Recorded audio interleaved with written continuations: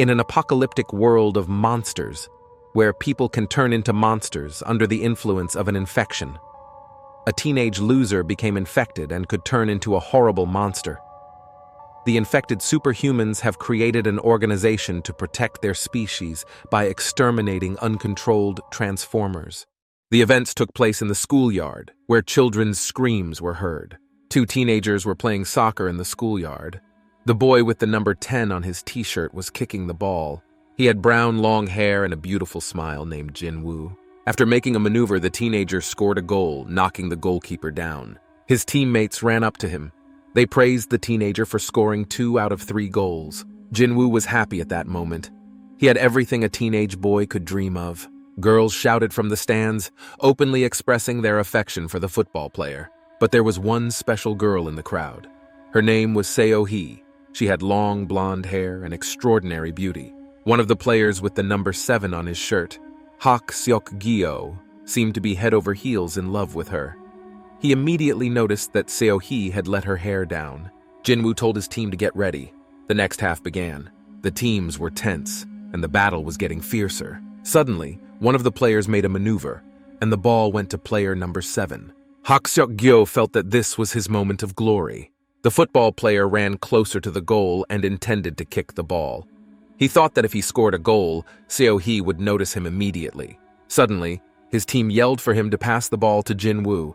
But Seok-gyo said that he could do it too, and he hit the ball with all his might so that it flew into the sky. Other players saw this and simply did not understand what had happened. Unfortunately, Seo-hee was also shocked by this act.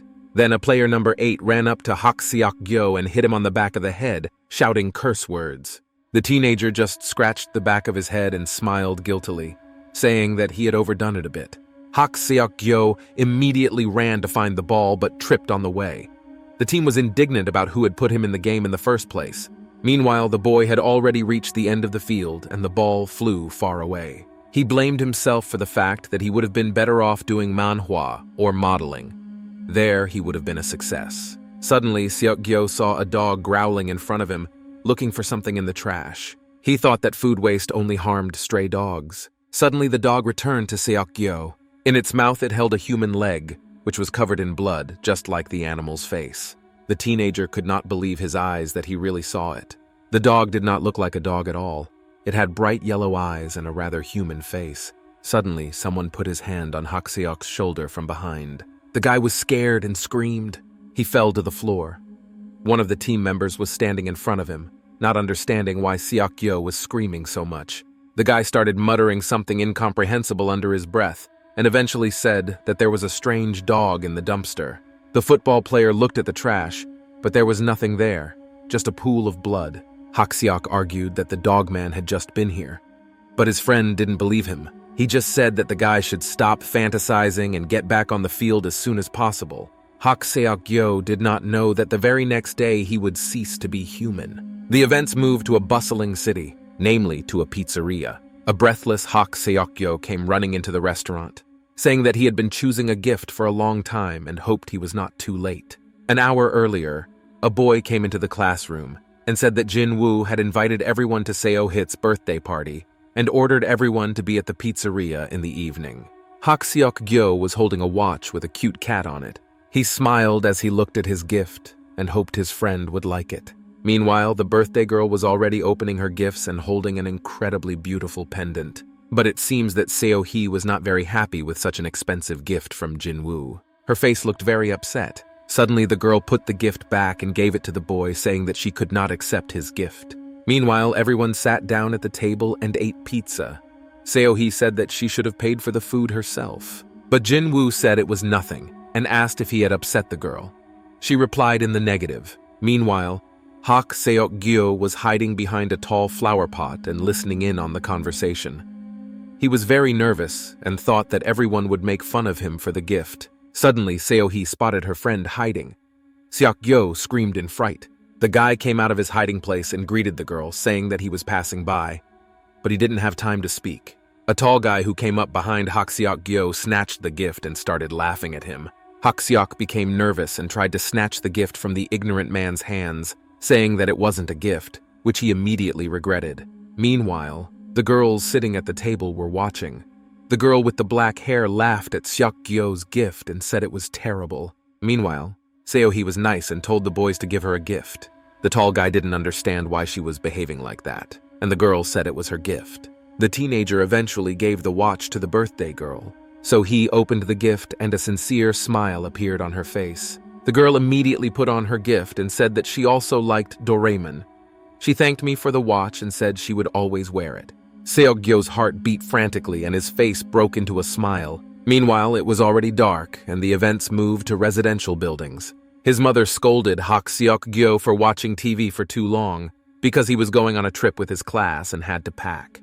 But his mother's words were the law. So the teenager went to his room to pack for the excursion and simultaneously resented his life. Seok-gyo opened the cabinet in his desk where the knife was lying. He picked it up and thought to himself that he was a real man with this folding knife. Seok-gyo began to dream about how he rescued So-hee, who was tangled in a rope. He looked very brave and pumped up.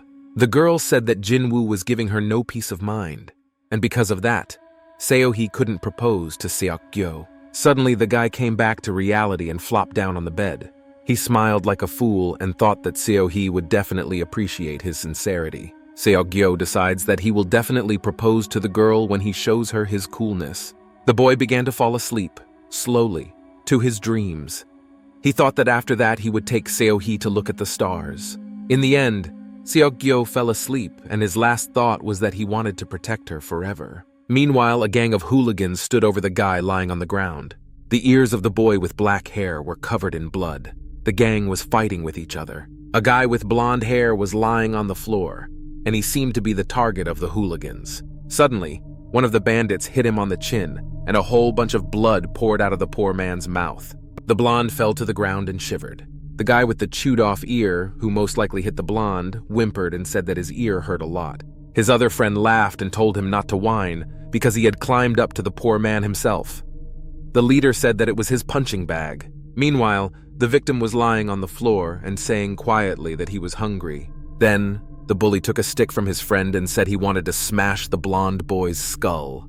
He took a sharp swing, and it looked like the gang leader intended to kill the boy.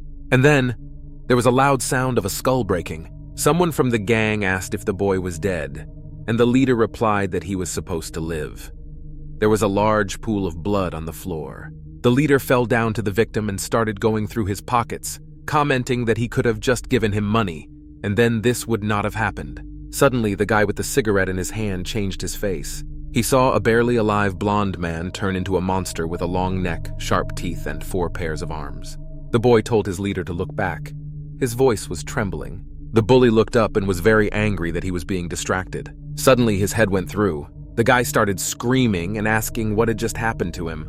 He said that he did not see anything, and at the same moment his eye fell on his hand. The leader noticed this and shouted. The sight was not for the faint of heart. Suddenly, someone screamed loudly. It was Hak Seok-gyo. He woke up in a cold sweat and gasped loudly. The guy said it was just a nightmare, but he was very scared. Suddenly, his face changed and expressed surprise. Seok-gyo realized that he had forgotten what he had dreamed and why he was so scared. The teenager got out of bed and began to dress, thinking about what he had dreamed. Seok-gyo was thinking that this nightmare was ill-timed before he left. Suddenly, his eyes looked at the alarm clock. They narrowed sharply and my heart beat faster. Seok-gyo realized that he was late for the field trip. He ran to his parents and shouted to his mom that he was late. The parents were in the kitchen and did not understand what was happening. The son was shouting that he was late and should have been at school long ago. But his mother asked what Seok-gyo meant and said that he might be late for school, so he had to eat faster. To which the son said that he was already late and the bus left without him. His mother was surprised and asked if Seok-gyo had forgotten to wake up because he had already gone on a field trip. The boy's face changed dramatically. He was in shock. His mother said it had been a month since he left. Meanwhile, the school bell rang in the schoolyard. 3 classmates were sitting at their desks discussing a 3rd grader named Kyung-jun who had run away from home. He was already in his 30s. The girls at the next desk were gossiping about Ga-young, who had also run away from home with some guy. Meanwhile, Seok-gyo sat alone at the first desk, smiling at his phone. The guy was looking at the photos on his smartphone and couldn't believe that he was really on the tour. He realized that a lot had changed in the past month. which he had forgotten. First, Seok-gyo didn't remember what happened during and after the trip. He thought it was an accident, but there were no marks on his body. He was also unable to talk to his parents because they thought that Seok-gyo was playing a trick on them. Secondly, the number of students who ran away from home increased dramatically. And after the first escape, no one was even alerted. After that, several more students disappeared. After that, everyone began to attribute it to problems in the family and the children's unhealthy psyche. But within a month, 29 students had already left. Some man was on the phone. It was an office where everyone was in a tizzy. People were scared and trying to prevent the publication of articles in the media. Suddenly, a man shouted Han Seok-gyo's name. The guy was scared and got up from his seat. It turned out that it was his teacher, who told him with a smile that the boy had done better than anyone else in the test and had risen to 4th place in the ranking. Everyone applauded him, which embarrassed the teenager. He didn't even remember writing anything. Suddenly, the teacher slammed the ruler sharply on the blackboard. He added that on average the class's results dropped by 30 points. The teacher became very angry. The man shouted that they shouldn't run away from home but start studying. He added that with such knowledge they would be eaten by a large company. In the end, the teacher said that they should not blame their classmates who ran away, but rather stick to their personal goals like Seok-gyo. The man sharply called out to the starosta. Everyone in the class shivered and put their heads down in fear. My classmates started looking at each other. And thirdly, Hwang Jin-woo committed suicide. There were flowers and a photograph on his desk. The teenager, who was in no need of anything, committed suicide a few days after the trip. Suddenly, someone said that the boy was supposedly from an orphanage. Seok-gyo overheard this conversation in the cafeteria. His classmates were discussing the gossip, and their opinions were divided. After losing his memory, this was the most surprising news for Seok-gyo. Meanwhile, the teacher realized that the starosta was dead. He began to call out to the deputy starosta in a trembling voice. She was a girl with short hair. The teacher told her to lead the class in a bow instead of Jin-woo. The girl followed the teacher's command and everyone stood up. Seok-gyo thought about the fact that the death of the headman, the students running away from home, and his memory loss all happened in 1 month. He suddenly wondered if there was any connection between what had happened. Meanwhile, the events moved to the gym. The ball was flying up. Teenagers were playing basketball. Hak Seong-gyo made a maneuver and snatched the ball from the opponent. Others noticed this and told him to block it. Seok-gyo heard this and realized that he had to act immediately. He ran to the end of the field and stopped, and he threw the ball into the opponent's basket. Suddenly, he hit the target. He seemed to be better at basketball than football. The stands screamed. The girls were crazy that Seok-gyo had hit again. His classmates ran up to him and began to congratulate him. The guy felt like Jin-woo at a soccer game. The girls were gossiping about Seok-gyo, saying that he was not tall, but he was skilled.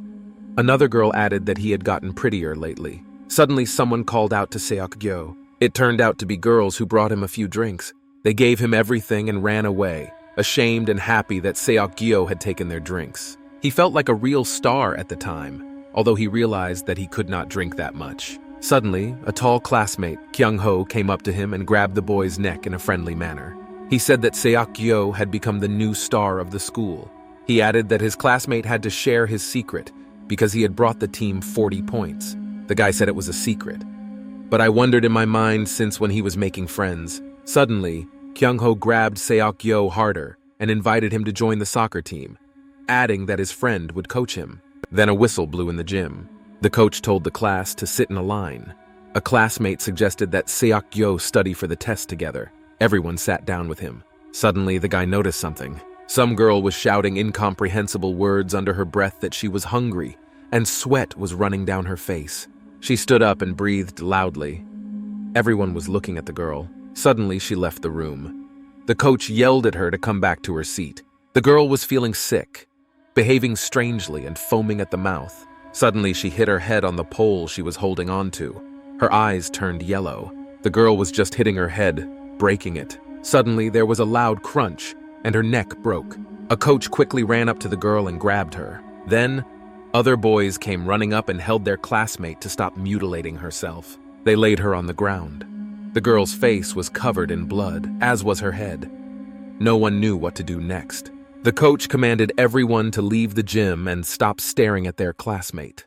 The man took off his jacket and covered the girl's body with it like a corpse. He shouted for the duty officer to call 119. One of his classmates turned his head to Seok-gyo and said that he was on duty. Meanwhile, the guy was sitting on the floor holding his hand. It was throbbing. Seok-gyo felt a strong and sharp pain in his arm, as if it was about to burst. Suddenly, a classmate screamed loudly. Her friend asked what happened to her, and she was shaking. It turned out that the classmate who had been banging her head against the pillar had gotten up and was bleeding. Everyone else looked at the girl and was shocked. Seok-gyo even took his eyes off his arm and forgot about the pain for a while. We could hear terrible sounds coming from under the girl's sweater. Suddenly, my classmate started laughing like crazy and running away. She bent down on one of her classmates. The sound of tearing skin came from her broken neck. Suddenly, a mouth appeared, and a huge, disgusting tongue came out. He attacked a classmate and bit off his arm. Other teenagers just stood in silence in a stupor and watched their classmate being eaten. Blood was splattered all over the gym. None of the children or teachers even moved because everything looked so unreal. One of his classmates asked his friend if it was a prank and where the hidden camera was. The friend next to him believed his words. Suddenly, a monster's tongue entered the head of the same classmate, cutting through his head. Then the teenagers started running away because they realized that they would all be killed. Panic broke out and everyone ran to the emergency exit. A traffic jam formed near the door. Everyone was pushing and shouting because the door was closed. The lesson turned into a battle. The door lock was indeed chained, as if someone had done it on purpose. The teenagers begged for rescue. The teacher was hearing screams from upstairs because the window to the classroom was open. He asked the students which class had a lesson in the gym. They said they were in the first grade and asked him to close the window because of the noise. Meanwhile, there was a pile of blood and corpses of children in the gym. Most of my classmates were lying dead, with their body parts eaten. But one girl was still alive and laughing nervously in fear. Seok-gyo watched and held his hand. He couldn't believe he was awake. Suddenly, a surviving classmate approached him and begged for help. In response, Seok-gyo yelled at Si-young to come back. The girl trembled and asked again, even though she realized what was about to happen. Tears were streaming from her eyes. Suddenly, she was cut in half by the tongue of a classmate's monster. Si-young didn't even have time to react in time, and half of her body just started falling to the floor. She was cut like a fruit with a katana. Seok-gyo was watching. Suddenly, the monster pointed its tongue sword at him. The guy realized what was about to happen. His eyes widened sharply, but he managed to dodge it. The monster's tongue almost touched his neck. Fortunately, the tongue got stuck in the floor, breaking it. Seok-gyo realized that he had to run away quickly. He had never felt so much danger before. The guy was about to reach the door. It was open. Seok-gyo was halfway to his goal. He kicked in the door and flew out of the gym. Suddenly, the guy abruptly crashed into a closet that was near the wall. Seok-gyo started to get up, holding his head, which he had hit hard. Suddenly, he saw the monster approaching him. The boy mentally calmed himself down and ran around the room, looking for something to defend himself against the monster. Meanwhile, he was getting closer and closer. A sword-like tongue was already coming out of his mouth, about to attack Seok-gyo. Suddenly, the door of the room closed and the handles were propped up with a bat. Unfortunately, this did not help the young man much, and a monster began to crawl out through the door. Seok-gyo had to think of something quickly because the monster was about to get him. Suddenly, the teenager saw a window. Unfortunately, it was closed, so he had nowhere else to go. Seok-gyo slammed himself against the wall and thought that things just couldn't get any worse. The young man sank to the floor and hit his head, wondering if he would make it out alive. Suddenly, Seok-gyo noticed something in front of him. Meanwhile, the monster managed to break through the door and flew into the room. Its head popped out and looked around the room for a victim. Suddenly, the monster's hand stepped on something wet. The entire floor was covered in some kind of liquid, and the monster was in a stupor. Meanwhile, the characteristic sound of a match being lit was heard. After that, there was a sound of falling, and Seok-gyo threw the match into the liquid. Suddenly, the monster caught fire and screamed.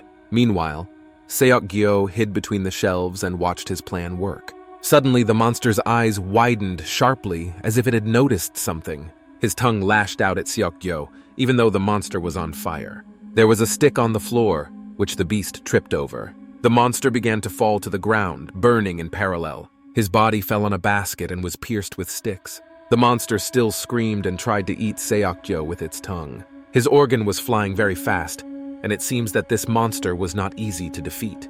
He was about to reach Seok-gyo. Suddenly, the monster's tongue fell to the floor along with its body. The guy was shivering and dripping with cold sweat. It looked like the monster was dead. His trap had worked well. Meanwhile, my classmate Seok-gyo walked across the room. He was happy to see Cho-eun. A smile appeared on his face. Suddenly, something abruptly attacked Seok-gyo. Before he could react, a piece of his body was eaten by the monster's head. Seok-gyo looked at his classmate, his face shocked. In front of him stood Cho-eun, whose hand was a monster's mouth. He was screaming that he was hungry.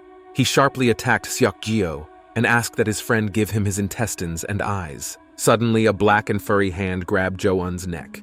It was Seok-gyo. His eyes suddenly turned bright yellow, and he asked Cho-eun if it would be fat for him to eat so much. Suddenly, I heard the crunch of bones breaking. It was Seok-gyo ripping off his friend's head. Blood poured out in a fountain and reached the ceiling. Cho-eun's head fell loudly to the ground and rolled around. Seok-gyo stood silently looking at his victim. The guy commented that he was hungry and wanted to eat. And then he turned his head to his friend's body and said that he didn't mind eating the meat. He turned and looked at Cho-eun's head. Strange eating sounds were heard from the closet where Seok-gyo was hiding. Meanwhile, someone was walking along the balcony of the gymnasium and looking at the horrors that had happened here. It was a girl with blonde hair who stopped to look at everything, and then her attention was drawn to the sounds coming from the closet. Meanwhile, the TV turned on. It was showing a program with a monkey and a bat, who introduced herself as Kim Won-sung, PhD, a teacher of evolutionary biology. He talked about new species and difficult scientific terms, pointing to pictures with his bat. Kim Won said that Dawkins said that evolution is a sequence of small changes. He went on to say that two scientists, Eldridge and Goodall, disagreed with this theory because no fossils were found. These scientists insisted that evolution did not progress smoothly, but in leaps and bounds. He gave the example that a certain type of lizard and a type of tree have not evolved so far and have retained their first record. In the end, Won-sung asked the audience which hypothesis they thought was more correct. Meanwhile, another channel had a report on the tragedy that happened 10 days ago at the Mongjang school where gas exploded, according to reporters. Then they showed memorable photos and flowers that were in the school. There were many students and relatives there, mourning their losses. Reporters said that there was a lot of criticism of the school because it did not give any explanation for what happened. And they still haven't found the physical education teacher. Suddenly, everything stopped. The man held a cut wire in his hands. Another man with brown hair came up to him and asked Detective Seok about the news, adding that he believed it was the physical education teacher's fault. Suddenly, he was hit in the leg. He was just saying that the children were very angry, and that's why the teacher killed them. The detective shouted and said that no fool would go into a building that he wanted to blow up himself. Then, a girl with short hair approached them and said that the schoolboy had woken up. The events moved to Hansen Hospital. A detective came to Seok-gyo's room. The man asked him how he was feeling and was going to tell him about what had happened. But the story did not upset or even surprise the teenager. Seok-gyo made a strong impression on Detective Seok. Then the boy asked the man if anyone else had survived. He replied that only 2 students had survived who simply did not come. The detective added that he expected Seok-gyo to open their eyes to the situation, but he noticed that the teenager's face changed dramatically and became frightened. Then he smiled sweetly and told Seok-gyo not to be afraid and to ignore the microphone, that it was just a formality. The guy said he didn't remember much. He remembered them playing basketball. The detective asked a lot of questions of Seok-gyo, but he didn't remember anything important. So Seok wrote in his notebook that the suspect didn't remember anything. The man realized that the boy would be of no help, so he left and added that he would return after the investigation. He also gave me his business card in case Seok-gyo remembered something. The detective looked at the guy with a sly look, as if he was waiting for something. The guy abruptly said that he had the same name as the investigator. Meanwhile, the men smoked and discussed the conversation with the teenager. The detective said that the gas made him forget everything. Then his partner said that Seok-gyo told his teachers a story about a monster that killed them all. Then Seok told In-ho to check the guy's background and find out who he had been in contact with recently. But the partner just exploded and attacked the detective, saying that he could not suspect the teenager of a crime. Then the detective asked about a laptop in their department that was very old and could have exploded. He added that after the question about combustibles, people usually list similar things. And Seok-gyo immediately said that there was nothing. The detective looked at his partner menacingly and said that the little shit was lying. Meanwhile, the boy had nightmares. He saw his classmate saying that he was hungry. He begged Seok-gyo for help and told her how much he was hurting. Then the teenager saw himself eating his classmate. Suddenly, Seok-gyo screamed sharply. He was breathing loudly, and cold sweat was pouring down his face. He tried to calm down and think that it was just a dream. Suddenly, Seok-gyo noticed that he was in the classroom at that moment. The teacher asked if the boy needed help and suggested that he go to the first aid post. But the guy said that everything was fine. Out of the corner of his ear, he heard his classmates discussing that Seok-gyo was crazy for coming to school after what he had been through. Suddenly the bell rang. The starosta told everyone to stand for a bow, and the teacher said that everyone could leave early. The students immediately began to gather. Suddenly someone called Han Seok-gyo by name. He looked up and saw 3 guys in front of him, offering him to leave. Screams and sounds of a fight were heard in the schoolyard. The burly guy attacked Seok-gyo and shouted that he was friends with Kyung-ho. And then Jinman picked him up by the collar and shouted that Seok-gyo shouldn't have survived. The teenager's face was all battered, but he said he didn't remember anything. At the time, Yoon Jun-sung's boyfriend was smoking and told the bully to finish with the poor man, because he was already feeling bad. But Kyung-ho yelled at his friend and said that it was Seok-gyo who killed everyone, because he didn't have a scratch on him. Then Seok-gyo looked down at his offender. Suddenly, he was hit hard in the face with a fist. Seok-gyo fell to the floor from the blow, and the other boys came over and started beating the victim. Kyung-ho shouted that they shouldn't have looked at him like that. Seok-gyo was shaking, and there was not a living spot on him. Suddenly, the teenager's teeth turned into clicks. Meanwhile, Kyung-ho called Seok-gyo names and said that he would regret being alive. Then the guy just turned around and ordered the others to leave. Seok-gyo was almost lying on the floor shaking. Meanwhile, the school was empty. Everyone had gone home. The teenager opened the door and screamed because his arm hurt. He was holding his arm and thinking that he had to go to the hospital again because his arm was completely swollen. Seok-gyo looked at her and thought about why something strange was always happening to him. He hardly cried because he had been through so much. Suddenly, Seo-hee called the guy and asked what happened to him. Seok-gyo didn't expect to see her. The girl approached her friend abruptly and reached for his face, asking where he had bruises. But the guy reacted very sharply and pulled the girl's hand away. Seo-hee was not expecting this, and neither was Seok-gyo, so he apologized. He started muttering under his breath and apologizing. Then, So-hee also started muttering about how she shouldn't have done that. They both stood there and were very embarrassed. Then Seo-hee started to say something to Seok-gyo, her face reddening. Then she looked at her friend and asked if he could walk her home. Seok-gyo hadn't expected such a development, so he was surprised, but he immediately agreed to it. He opened his locker and thought about why Seo-hee had to go with someone like him. The guy abruptly slammed the door, and the girl asked him if something was wrong with him. He looked scared. Seok-gyo lied that there was a spider, so he got scared, and then asked if Seo-hee shouldn't have taken the bag. The girl left and said she would be back soon. Seok-gyo waved politely to his friend, but was very glad to see her go. His face changed dramatically when Seo-hee left his sight. The boy slowly opened the door of his locker. Inside it was the head of a physical education teacher. Seok-gyo was trembling and did not understand anything. Meanwhile, Seo-hee picked up a wristwatch that a friend had given her. The girl put it on herself. She looked at her hand and admired the jewelry. Seo-hee walked into the classroom and told Seok-gyo that he was probably waiting for her. But the girl never received an answer. She looked around the office and realized that Seok-gyo was not there. The girl was upset and said that it looked like the boy had gone home without her, and she wanted to tell him something. Meanwhile, the subway car was racing. In it was Seok-gyo, who was holding onto his briefcase with both hands. He was trembling with fear and wondering if anyone had seen him. He thought that someone had put the teacher's head in his shoebox. The thought of going to the police flashed through his mind so that they wouldn't think that Seok-gyo was guilty. The boy recalled the words of Kyung-ho, who had beaten him, and said that he suspected him of killing the boy. At that time, he abruptly rejected the idea of going to the police, because then he would definitely be considered guilty. Suddenly, my grandmother, who was sitting downstairs, asked Seok-gyo if he was okay. The woman reached into the boy's bag and offered to hold it. Suddenly, Seok-gyo swung it and hit the woman in the face and shouted at her not to touch her. My grandmother fell to the floor and moaned in pain.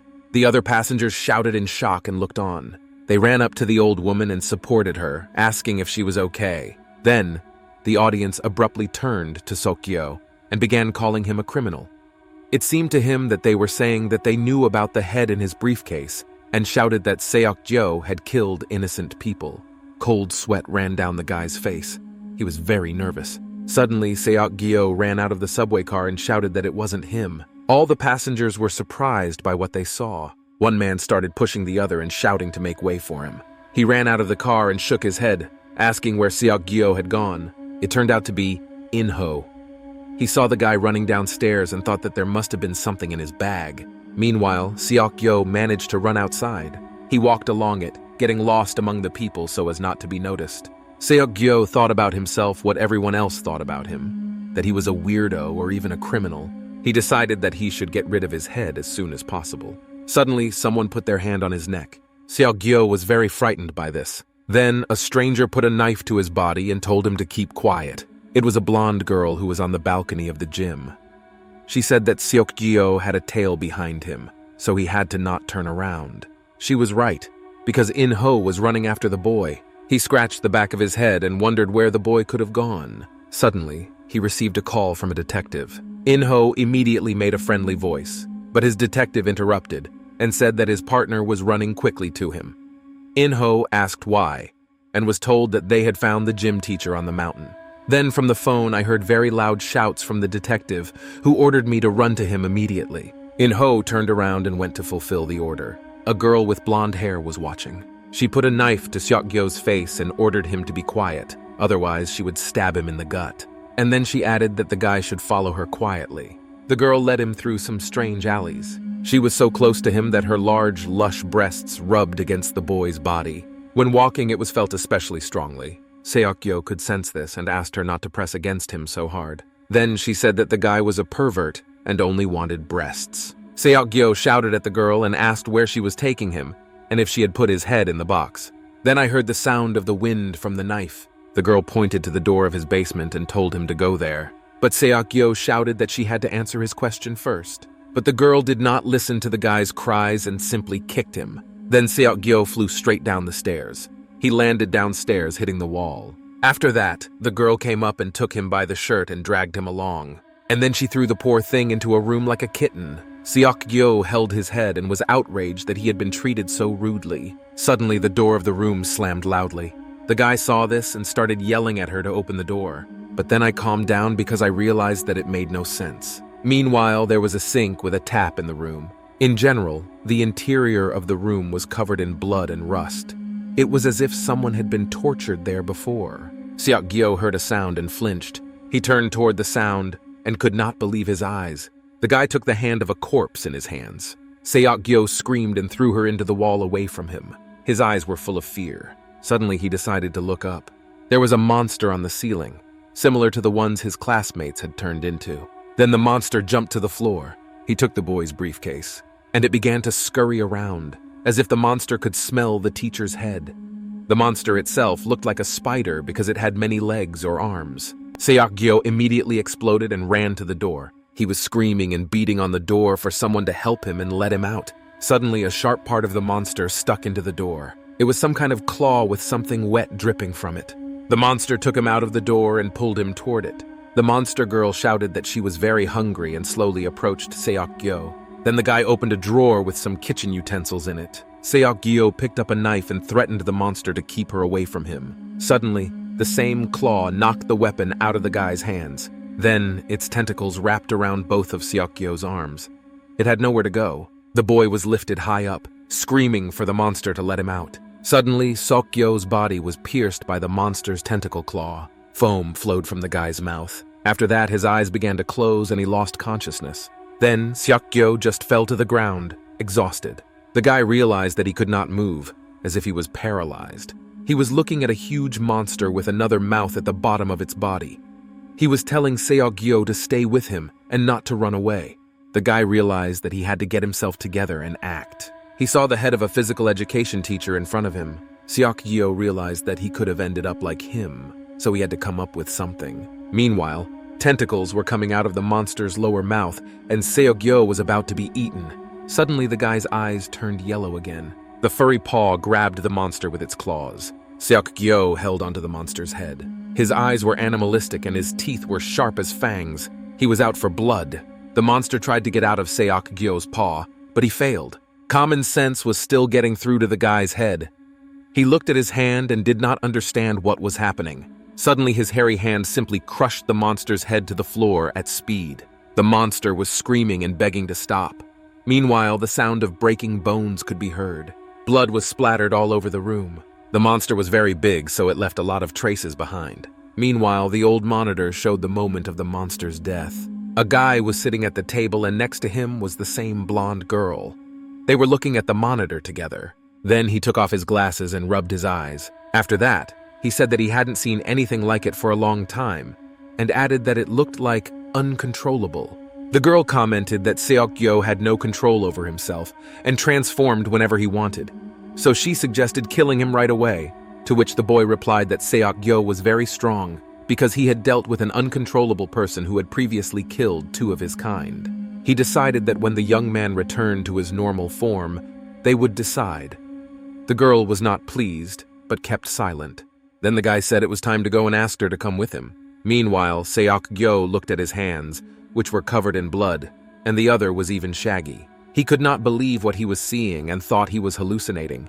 Then the guy looked away. He saw broken glass and blood on the floor. Suddenly, the guy watching through the monitor told Seok-gyo that if he wanted to cut off his arm, it would be very painful and offered a bet. After these words, Seok-gyo attacked the stranger with threats and broken glass. Then, the guy turned to a girl named Jong-hye and asked her if she had brought Seok-gyo here by threatening her with a knife. He said that he had asked her not to do that. After that, some bars fell to the floor. The guy commented that it was a special invention. High-calorie chocolate bars. Seok-gyo still didn't trust these people. Then the guy explained that chocolate is very tasty, although it does not satisfy hunger, but it is just right for a snack. But he didn't finish, because Seok-gyo interrupted him and ordered him to shut up. He became angry and attacked the kidnappers, asking them what they had done to his arm. The guy approached him, but Seok-gyo threatened him with a knife again and ordered him not to come closer. Suddenly, the kidnapper simply opened one of the chocolate bars. Then, with a smile, he handed it to Seok-gyo. He added that they did not do anything to his arm, because the teenager had changed himself. Seok-gyo listened to this and looked at his food. He was shaking. Suddenly, a candy bar was snatched from his hands by lightning. The teenager began to eat it very quickly. He was really hungry. When I finished, I looked at the pile of other bars. He pounced on them and began to consume them right in the wrapper. The kidnapper looked at this and smiled. After that, he began to explain that they were people who had been reborn into a new super species. The guy started telling a story. It was a group on the beach where they were photographed near a cave. The 3 girls were laughing loudly and talking to each other. They were drinking water, and one of them commented that it was incredible and had bubbles. She advised Mother Yeon to drink it. It turned out that this particular woman had her first symptoms 10 years ago. After a while, she grabbed her stomach, which was making sounds of poisoning. Some guy noticed this and asked if my mother was poisoned. But in fact, the woman's stomach was hurting because of the mineral water she had drunk from the cave. A few hours later, in the barn, the woman felt sick again. Yo-Yo was vomiting blood. It didn't look like poisoning. Her mouth and hands were covered in blood. The woman started crying because she thought she was sick with something and thought she was dying. Then she decided to go inside the barn so that others wouldn't see her. Suddenly, she saw something. There were many piglets in front of her, grunting loudly. And on Sunday, Yo-Yeon was no longer human. Terrible sounds and screams were coming from the barn. There was a woman inside, covered in blood. The room was also covered in blood, and there were many dead pigs lying around. Yo-Young's face looked terrible, like she was a lunatic who had escaped from a mental institution. But her transformation did not end there. She started writing and reading in English, even though she had never been taught the language. She also worked effortlessly at a computer she had never seen in her life. But the most surprising thing was that she learned to drive a tractor. On one of her tractor rides, a young man in a car started mocking her and calling her a hillbilly. But Yo-Yo didn't pay any attention to it. The boy continued to mock her. The last straw was the phrase about the woman amusing the young men with her accent. After that, there was such a loud sound that the crows fled from the forest. The rich guy's car crashed. Yo-Yeon could change her body at will, both in size and density. But after returning to the human register, something terrible happened. The woman was experiencing a brutal and uncontrollable hunger. She realized that she had to learn more about herself and to find people like her. She started a club. That's how their organization was founded. The kidnapper finished his story. After that, Seok-gyo asked if he was supposed to believe this nonsense, and he advised them to read less manga. Then Jong-ye asked if Seok-gyo wanted proof and pulled out a knife. The guy asked how it was possible that a person could start transforming into another species just like that. Then the other kidnapper replied that they were all infected with something similar to a virus. He explained that the virus entered the body through water, namely through sewage and mineral water, and completely changes the human gene. But it was also known that not all people who drank water from the same source were infected.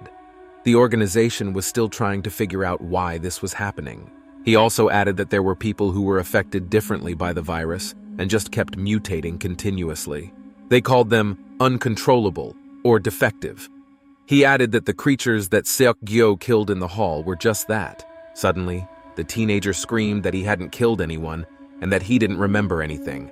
In response, the kidnapper told him that Seok-gyo didn't remember anything because he had good judgment. He added that the teenager also looked partially defective. After all, severe hunger was the only thing they felt after losing their minds, and the lack of food needed for the mutation led to death. He added that ordinary people catch the changes in all their glory, so to protect the species, witnesses must be removed, and that's why Jong Haye wanted to kill Seok-gyo before he was reborn. Then he said that he decided to give the teenager a chance because they were short of manpower.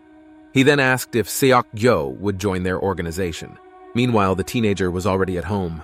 He was met by an angry mother and a father who tried to calm her down. Suddenly, the woman started crying and shouting about why her son was not picking up the phone. She was very worried about him. And then she switched to the side of Seok-gyo and asked what happened to him and if anyone had beaten him up. The guy denied everything, but the marks on his body said otherwise. The mother reached for Seok-gyo's hand and began to say that she was going to school. Suddenly, the boy waved his hand away, hitting his mother. Her father caught her and started yelling at his son to apologize to her. But Seok-gyo was just muttering to himself. After that, he just ran into his room and slammed the door loudly, shouting that it was their own fault for getting in. His parents would not let it go. So they knocked on the door and demanded that he come out immediately and talk about his behavior. Meanwhile, the boy was shaking violently. He thought about the offer to join the monster organization. These thoughts made him very nervous. Seok-gyo recalled the words of the kidnapper, who said that the teenager's life among normal people was ordered to him. After all, the boy would be constantly hungry. He added that if Seok-gyo did any harm, they would get rid of him. Meanwhile, the parents were still breaking into the teenager's room. Suddenly, Seok-gyo began to transform. His arm grew fur and his eyes turned yellow. He was shaking and thinking that he had become a monster. Seok-gyo was sitting on the bed, covered with a blanket. Suddenly, he received a notification on his phone. He looked at it and decided to revise it. It turned out that So-hee wrote to him and asked how he was feeling. After that, she asked Seok-gyo to meet her. The guy thought it was very strange that So-hee suddenly started imposing her communication on him. A new day has come. So-hee and Seok-gyo met up after all. She asked him if he was okay, because he had been away from school for a week and she was worried. Seok-gyo said that he was feeling better and asked why So-hee had called him. He replied that she wanted to cheer him on at the movies because of the fight. Seok-gyo was very excited to hear about the movie and asked what movie they were going to see. It turned out that they went to see a movie about Doraemon, the character on So-hee's watch. It seemed that Seok-gyo was not very happy when he saw this, but the girl looked happy and said she was very glad she had managed to buy tickets because it was the last day of the show. Seok-gyo then asked if So-hee really had a huge crush on Doraemon, but the girl didn't hear him, and the guy decided not to repeat it. There were a lot of people. Everyone wanted to see the movie. The teenagers were waiting for the movie, and So-hee started talking about how it was the first time they had ever been to the movies together. After that, there was a shy silence. Seok-gyo suddenly jumped up and said he was going to get food, and So-hee said she wanted to go with him. But the guy refused and ran away very abruptly, saying that he would do everything himself because So-hee had bought the tickets. The girl again did not understand anything. Meanwhile, the guy had already bought everything. Seok-gyo was very worried because he didn't understand what he was doing here with a girl like So-hee. He realized that she was definitely not connected to the organization. When Seok-gyo was walking back, he noticed that a large group of guys had gathered around So-hee.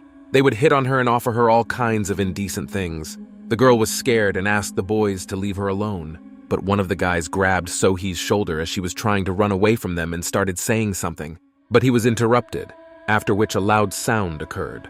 Seok-gyo grabbed the ignorant man's arm, shielding So-hee. The guy was furious and demanded an explanation from the boys, squeezing the offender's hand harder. Suddenly, the boy's head became the head of an antelope. The horned animal shouted at him with a threat. Seok-gyo couldn't believe his eyes.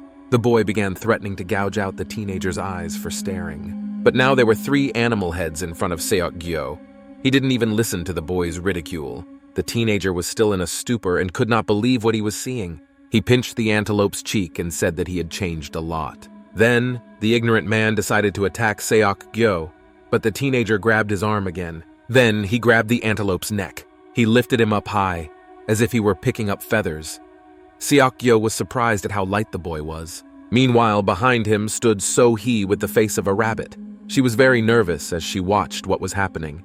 The thought flashed through Seok-gyo's mind that it was all just a dream, so there were only animals around. He was still holding the antelope by the throat, even though it said it had no room to breathe. But Seok-gyo didn't stop. His eyes suddenly turned yellow and his heart beat faster, adrenaline pumping through his blood. Suddenly, the teenager realized what was happening. Then he abruptly let go of the guy, and he fell to the ground. Now everyone looked normal. His gang ran up to him to support him. Other visitors watched, and they were now very afraid of Seok-gyo. So-hee didn't know what to say, so she just said the boy's name. Seok-gyo started muttering nervously to himself. After that, he abruptly ran away with So-hee shouting after him. The events moved to a park by the river. Seok-gyo was sitting on a bench, and next to him was a large pile of food, or rather what was left of it. The teenager was very nervous because he felt like a real monster because he almost killed that guy without any doubt. He suddenly remembered the expression on his captor's face, and his words about harming others. Seok-gyo realized then that he could not stay here any longer. He was shaking and sweating. Meanwhile, a dog was tied up and floating on the water, crying loudly. In front of her stood 3 guys who had most likely committed the crime and were loudly mocking the animal. Seok-gyo saw this and heard one of the boys say that if the dog fell into the water, no one would care. After that, the children started taking pictures of it and saying they would post it on social media. Suddenly, a hand grabbed one of the guy's shoulders. It was Seok-gyo. He scolded the children for what they had done, but the boy told the teenager to fuck off because he was interfering with his movie. This phrase infuriated Seok-gyo, and he started shouting and scolding the children for their terrible behavior. Meanwhile, So-hee ran to the park looking for a friend. She looked around, wondering where else Seok-gyo could have run to. Suddenly, she heard a quarrel and a familiar voice. She saw Seok-gyo and the children, who were not going to listen to the teenager. The boy saw the dog swimming away and whimpering loudly. Then he decided to follow him and put his foot in the water. Seok-gyo was very angry, but he still went after the dog. When he reached the animal, the water was up to his neck. Fascinated, So-hee watched. Meanwhile, the children were about to leave as if nothing had happened. Seok-gyo came out of the water holding the dog and talking about how cruel children can be and how he was now all wet because of them. Suddenly, someone handed him a towel. He looked up and saw So-hee standing there. His reaction showed that he was very surprised. The girl began to tell a story about how Seok-gyo once took a cat down from a tall tree in the schoolyard when he was in elementary school. No one wanted to help the cat back then. So-hee added that she has liked Seok-gyo ever since and for a very long time. The guy was even more shocked by what he heard and did not know what to say. So he then decided to repeat herself and said that she liked the guy very much. She blushed all over. Then Seok-gyo blushed and started muttering under his breath. In his mind, he knew he shouldn't have confessed back because he was a monster. But that smile of So-hee's was driving him crazy. So he told her how he felt. And then his mind went blank. Meanwhile, something strange was happening in some dark basement where construction was underway. Some woman was running from fear she was being chased. She kept turning back and lost one shoe on the way. The woman tripped over a stone because of the heel on the other pair, and then she fell loudly to the ground. The woman was shaking with fear. She suddenly screamed, holding her head with her hands. We could hear the scream even outside, it was so loud. The woman was shaking, and cold sweat was pouring down her face. She said in a trembling voice that she needed to find her phone and started looking for it in her bag. When I took it out, I dropped it on the ground from nerves. She was trembling and trying to calm herself down. She turned on her mobile device, and it started slowly. Finally, the phone screen lit up. But through the light of her cell phone, the woman saw the head of a monster in front of her, who wanted her dead. In the morning, a large crowd of police officers, rescuers, and ordinary passers-by gathered near the scene. The entire room was covered in blood. The workers were looking for the victim's hand, whose corpse was being taken out by pathologists. Another corpse was photographed by another medical worker. Nearby was the body of the same woman who had fled at night. She was also photographed. Detective Seok-gyo crouched down by the body and looked at it in silence. Meanwhile, his partner was vomiting around the corner. Then the man asked how such a weakling could become a criminalist. The man said that it was the woman who had disappeared on Sunday. Another worker asked if it was done for the sake of organs, but there was no connection. He was indignant at the denial of his hypothesis because he was sure of it. At the time, Detective Seok-gyo said it was too messy for the black market, and then added that the marks showed that she had been bitten with her teeth, not cut.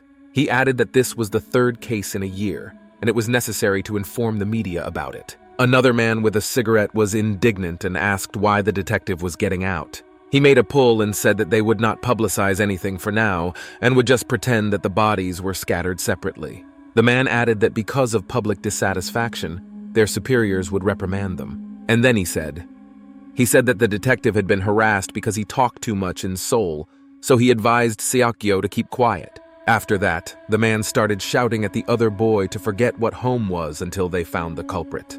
And when the employee left, the man said that they were all fools because it was impossible to find him. Meanwhile, the detective stepped back and noticed something. He thought that the first body was found in the neighborhood, and now the murders were getting closer. The criminal gained courage. The events moved to Seok-gyo's apartment.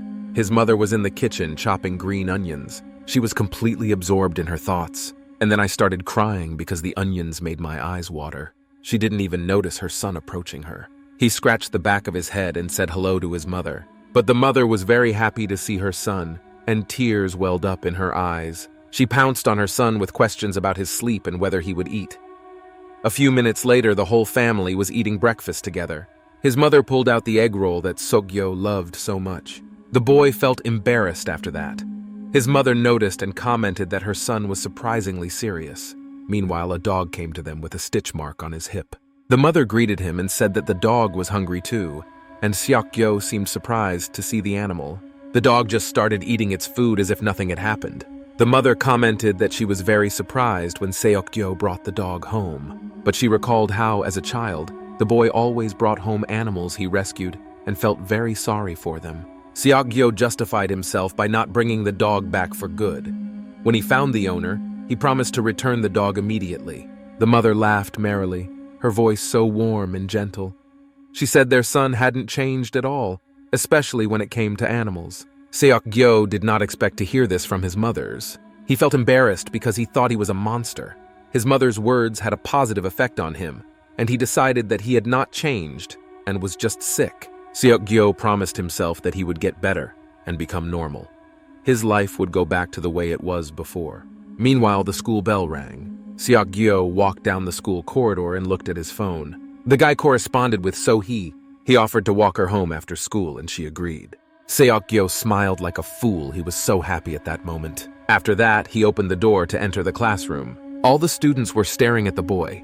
The classroom immediately became loud as everyone whispered and discussed Seok-gyo's return. One of the boys standing by the teenager's desk asked if he was really in the hospital with post-traumatic stress. The boys said they were happy for Seok-gyo, that he was getting better, and expressed their support for everything he had been through. Those were the bullies who had beaten him up. But Seok-gyo just smiled sweetly and said that they shouldn't apologize because everything was fine. Then, the teenager decided to ask if anything happened in his absence, and hinted at the physical education teacher. Suddenly, my classmates began to talk excitedly about the new girl, how beautiful she was and how lucky they were. One of the boys said that she was better than even the idols. Just then, the girl walked into the classroom. The classroom door opened and a white head was visible. Then her face appeared. She looked at Seok-gyo. It turned out to be the same girl who had kidnapped the teenager. The guy was furious. He couldn't believe that Jong-hee had transferred to their class. The events moved to the school roof. Seok-gyo was dragging Jong-hee along, furious. After that, he chained the girl to the wall so that she could not move her arms. Seok-gyo started yelling at the girl for coming here and not even giving him time to think. Suddenly, Zhang Hie's face changed and she asked why the boy thought she was here for him. Then Seok-gyo shouted and asked why the girl was here. Zhang Hie's face turned sly, and she replied that she wanted to study with him in the same class and that there was a defective person in the school. After that, Seok-gyo's face also changed and became scared, and he asked if there was really another monster in the school. Meanwhile, the events moved to the noisy street. There was a building there called the Association for Environmental Research. The teenagers came there and stood in front of the office. Zhang Hie asked Seok-gyo if he had thought it through and added that they would only let him go if he was dead. The guy was silent for a while. It was clear that he was worried. Then, Seok-gyo replied that there was nothing to worry about and that he was ready, and then opened the door to his office. Inside, there was a large room with enough people just going about their business. Seok-gyo looked around. Some were talking to doctors, others were just working. Others filled out documents and registered. Jong-hee noticed Seok-gyo's strange state and asked him why he stopped and ordered him to go check in. At the reception desk, they asked him if it was his first time here and told him what information to enter. After that, Seok-gyo had to go to the support center. The room looked like a school. There were desks, a large blackboard, and someone was telling something. The man stood up and introduced himself as Kim Philip and said he was their coordinator. He came up to the projector and started telling them that they were cannibals and joked that he would be imprisoned. It turned out that Kim Philip was talking about how to lead a normal life and not give himself away. The first rule was that hunting people was forbidden. In exchange, they would provide them with an endless supply of food to cover their needs, which would reduce the likelihood of being caught while hunting. The second rule was that transformation was allowed only in certain areas, and that mishaps had to be reported through a special program. And then Kim Philip turned around and added that if people noticed them in the process, they should be disposed of immediately. He added that it happened that superhumans accidentally killed or deliberately left someone alive. In such cases, the organization would remove both the monster and the witness. Kim Philip smiled and added that he hoped none of them would be led by emotions. The third rule was that cooperation with the media and news was prohibited, but if interaction was inevitable, the organization would take care of it. He also added that if they were photographed or filmed, they should immediately tell them about it. Seok-gyo whispered to Jong-hye about how serious it was and that he had already broken all the rules. The girl called the guy a jerk and said that now he knew everything, because the organization had done a lot to hush up his case. And then she added that if Hyun hadn't vouched for him, Seok-gyo would have been dead long ago. After that, she commented that she didn't understand why Gu-hyun liked him so much, and then said that she hoped Seok-gyo would die soon. Meanwhile, Kim Philip continued to lecture and said that the organization was doing everything possible for their safety, and added that they were one team. He said goodbye and told me to take the brochure. The class became animated. Everyone was discussing something, getting to know each other. Seok-gyo came over to take the brochure. Suddenly, another teenager approached the boy and put his arm around him, asking if he was the one who had praised Hyun so much. He praised Seok-gyo for taking down the uncontrollable in the basement in one fell swoop. The teenager was not used to receiving such compliments. Then, the guy introduced himself as Park Jong-tae. He was the leader of the 7th group of new recruits. He asked Seok-gyo if he had chosen a group, and if he would go on patrol with him. The teenager knew nothing about it, so he was very surprised that he had to patrol something. Jong-tae explained that as soon as newcomers joined the organization, they were to immediately assemble a team and go on patrol, killing the unruly. The guy went on to say that there were supposed to be 2 more people in their group, but they died last week, so Seok-gyo was going to join them. The teenager began to panic and did not know what to say. Jong-tae noticed this and said that Jong-hye's group was all shell-shocked, and if he went to them, he would be dead immediately. Jong-hye then rudely told Jung-tae to shut up because she was on the phone. After that, the guy whispered to Seok-gyo that the girl was just a devil. Then, one of Jung-tae's friends said that he had to leave early because he had a funeral for his father. The guy was upset and said he wanted to see the new guys in the business. Meanwhile, the events moved to the store. Jong-tae ordered Seok-gyo to go upstairs, and they were to search the lower floors. In fact, the teenager was very afraid and trembling, lighting his way with the flashlight of his phone. He walked and was afraid of literally every creak. Suddenly, Seok-gyo heard strange sounds and screamed. The teenager shone a flashlight and saw that it was just mice. After that, he asked out loud where his life was going. Meanwhile, Seok-gyo had already gone to the restroom. He looked at the entrance and was nervous, as if he felt some kind of danger. But I decided to go there because I wanted to use the restroom myself. Seok-gyo didn't see that there were bloody handprints near the sign. He just calmly walked to the entrance and was glad to have finally found it. Suddenly, someone knocked him down. That someone was as scared as Seok-gyo was of being found. The stranger was dressed in black and was running away from the boy. But Seok-gyo didn't pay any attention to this, only indignantly saying that if he was in a hurry, he shouldn't have led everyone astray. The guy went to the restroom and began to relieve himself. Suddenly, Seok-gyo realized that it was an abandoned building. Then he thought about where the person was from and sweat ran down his face. Suddenly, he felt something behind him, and his heart beat faster. Seok-gyo turned and shone the flashlight, shouting loudly. On the other side was the corpse of a guy who had been hanged. Seok-gyo shouted loudly and began to call everyone over. Then, Jong-tae entered the restroom, pushing the door open hard. The teenager pointed to his body, but the team wasn't scared. On the contrary, Jong-tae was pleased that Seok-gyo had done a good job and began to praise him. Suddenly, he was interrupted by the sound of vomiting. It was Seok-gyo, standing by the toilet, barely able to contain himself. The guy who went to the funeral took a blood smear and said that the handwriting was like that of a field mouse. And then, he came back to the team and said that the guy was still warm. If they had come earlier, they could have captured the uncontrollable. Then Jong-tae asked Seok-gyo if he had seen anything. The teenager replied that a guy had run into him, but it was dark and he didn't notice anything. He suddenly remembered the expression on the stranger's face, or rather his eyes. Then, it was as if an understanding came to Seok-gyo. Jong-tae, meanwhile, said that Seok-gyo seemed more capable and was simultaneously crunching his fist. Suddenly, the teenager said that he seemed to know the uncontrollable. The team turned to him in shock. Seok-gyo said it was a student from his school.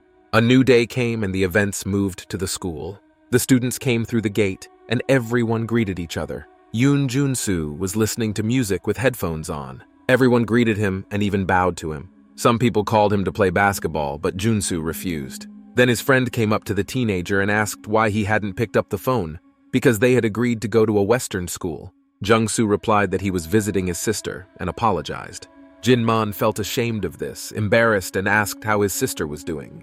But Yoon-soo just smiled and said that she had been discharged a month ago. Then Jin-man changed the subject to a Western school and said that he had heard that students there were extorting money from junior high school students. Jun-soo didn't say anything to that and just opened the creaking wardrobe. After that, he let out a short word, funny. Jin-man looked at his friend's closet to see what he had that was so funny. Then, Jung-soo turned to a classmate and asked if he could help him. Meanwhile, Seok-gyo stood on the roof of the school. It was clear that the guy was very upset about something and was deep in thought. He recalled a conversation with a team that wanted to cover an uncontrollable from their school. Seok-gyo was against it. Jong-hye then explained that the killer was called the Field Mouse because he had played such a joke on 11 teenagers over the past 3 weeks. She added that because Seok-gyo had noticed him, he was in danger, so it was worth taking the first step. He couldn't make up his mind, but so he was still at school. He turned to leave because he could not allow another tragedy to happen. Suddenly, on the way out, he met Jung-soo. The guy was friendly and said that he was hoping Jong-hae would call him and started looking around. Then, Jung-soo threw the note they left him and asked why they didn't stick his head in instead, because that was their job. Seok-gyo was outraged and said that he hadn't done anything like that, and then added that he just wanted to talk and that no one knew he was here.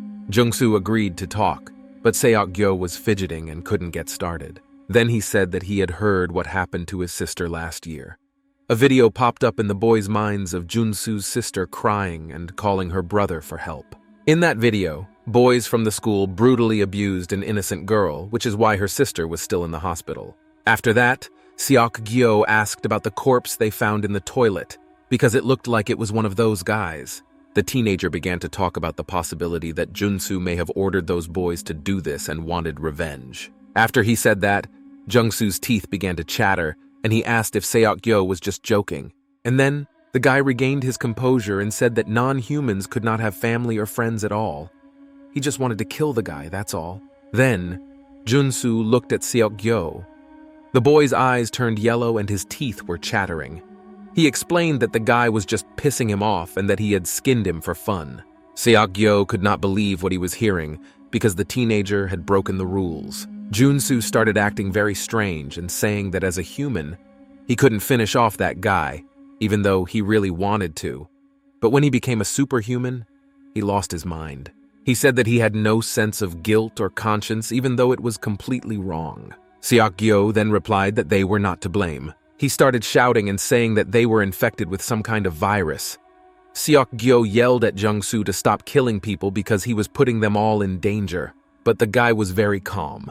He said that the organization would not let him live even if he stopped, but Seok-gyo assured him that he would help Jun-soo and that no one would refuse him to join them. Unfortunately, Jung-soo had other plans and interrupted Seok-gyo, saying that he would think about it later.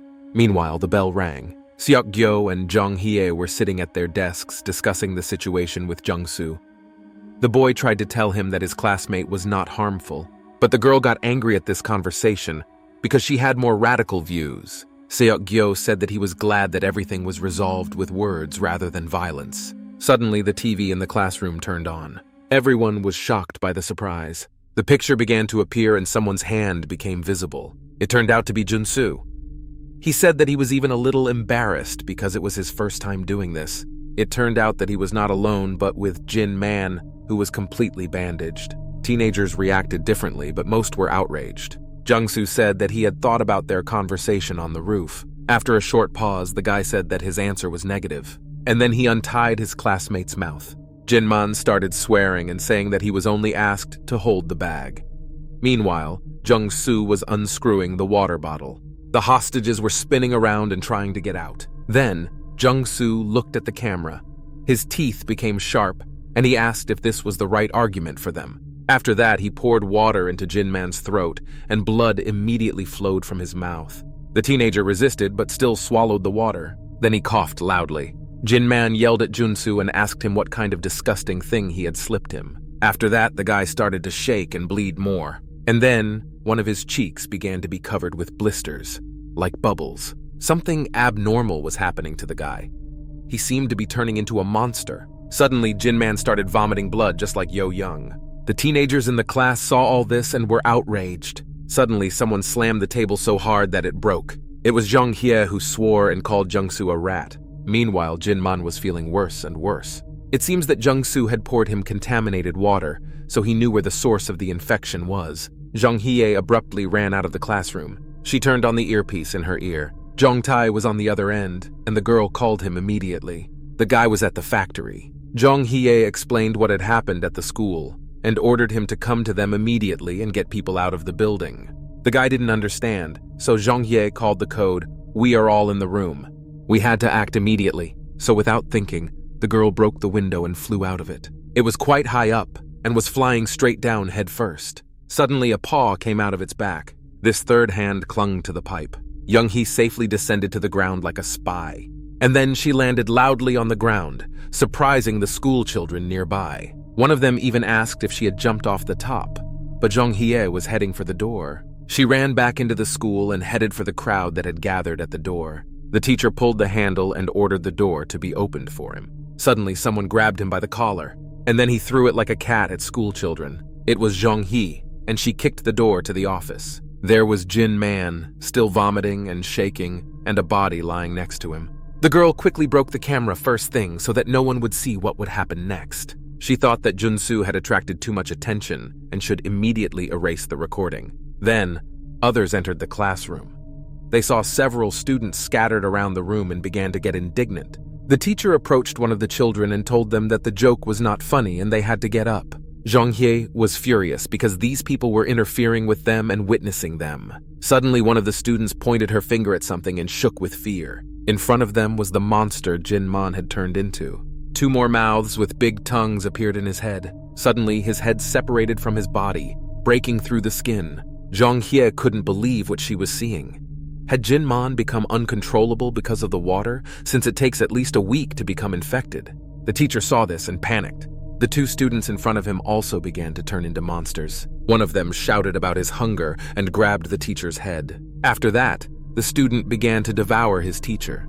Others saw this and started running away in fear. Suddenly, the door slammed loudly in front of them. It was Jung-hye. She threw the camera tripod, which closed the door. The students tried to open them and did not understand what was happening. But Zhang Hie had a lot of strength, so the teenagers failed, even though one of them tried hard. Suddenly, he just fell to the floor. It turned out that there was a monster behind him who wanted to eat him. A second later, the schoolboy was gone, grabbed by an uncontrollable man. Zhang Hie was watching and was furious. She realized that she had no choice, so she began to undress and took off her shirt, leaving her in her underwear. Paws began to come out of her back, and Zhang Hie was transformed. They grew sharply and made the sound of bones breaking. It wasn't the best, but it was epic. On the tip of each paw was a black claw that looked like it had poison. In a few seconds, Zhang Hie completely transformed into a superhuman and looked simply beautiful. Meanwhile, the events moved to a scientific laboratory. Zhang Tai was coming out of there with his partners and talking to someone on the phone. Someone put fire to the fire indicator. The events moved back to the school. Suddenly, a siren sounded, announcing the evacuation. The students heard this and thought there was a fire. They began to run out quickly. Some guy ran out first. Others followed suit and caused panic in the school. Everyone ran out of the classroom. Only one student stalled. He saw Seok Gyo sitting at his desk, so he called him to save himself as well. But Seok Gyo remained silent, even though he was shaking. The student began to turn back and forth and did not know what to do. But he still decided to escape and not wait for Seok Gyo. The teenager was left all alone in the classroom, which looked like it was after the apocalypse. Seok Gyo hit the table hard, breaking it and cursing loudly at Junsu. The teenager's face became like a monster. He was transformed by anger. Meanwhile, the events moved to the basement of the school. Junsu was pouring some water into the tanks. A man, probably a guard, was lying near the empty water canisters. Frightened school children were tied up next to him. Junsu was calm and did his job. He jumped to the floor with the hostages behind him. One of them called him. The guy was shaking and asked if Jungsu could let them go, and another added that they were friends. The kidnapper apologized and said he didn't mean to get them involved. Then the hostage was happy and asked if he could have untied them then. But the guy didn't have time to speak, because Jungsu stabbed him in the neck with a sharp object. The kidnapper said quite calmly that he did not need their help, because it was unnecessary trouble.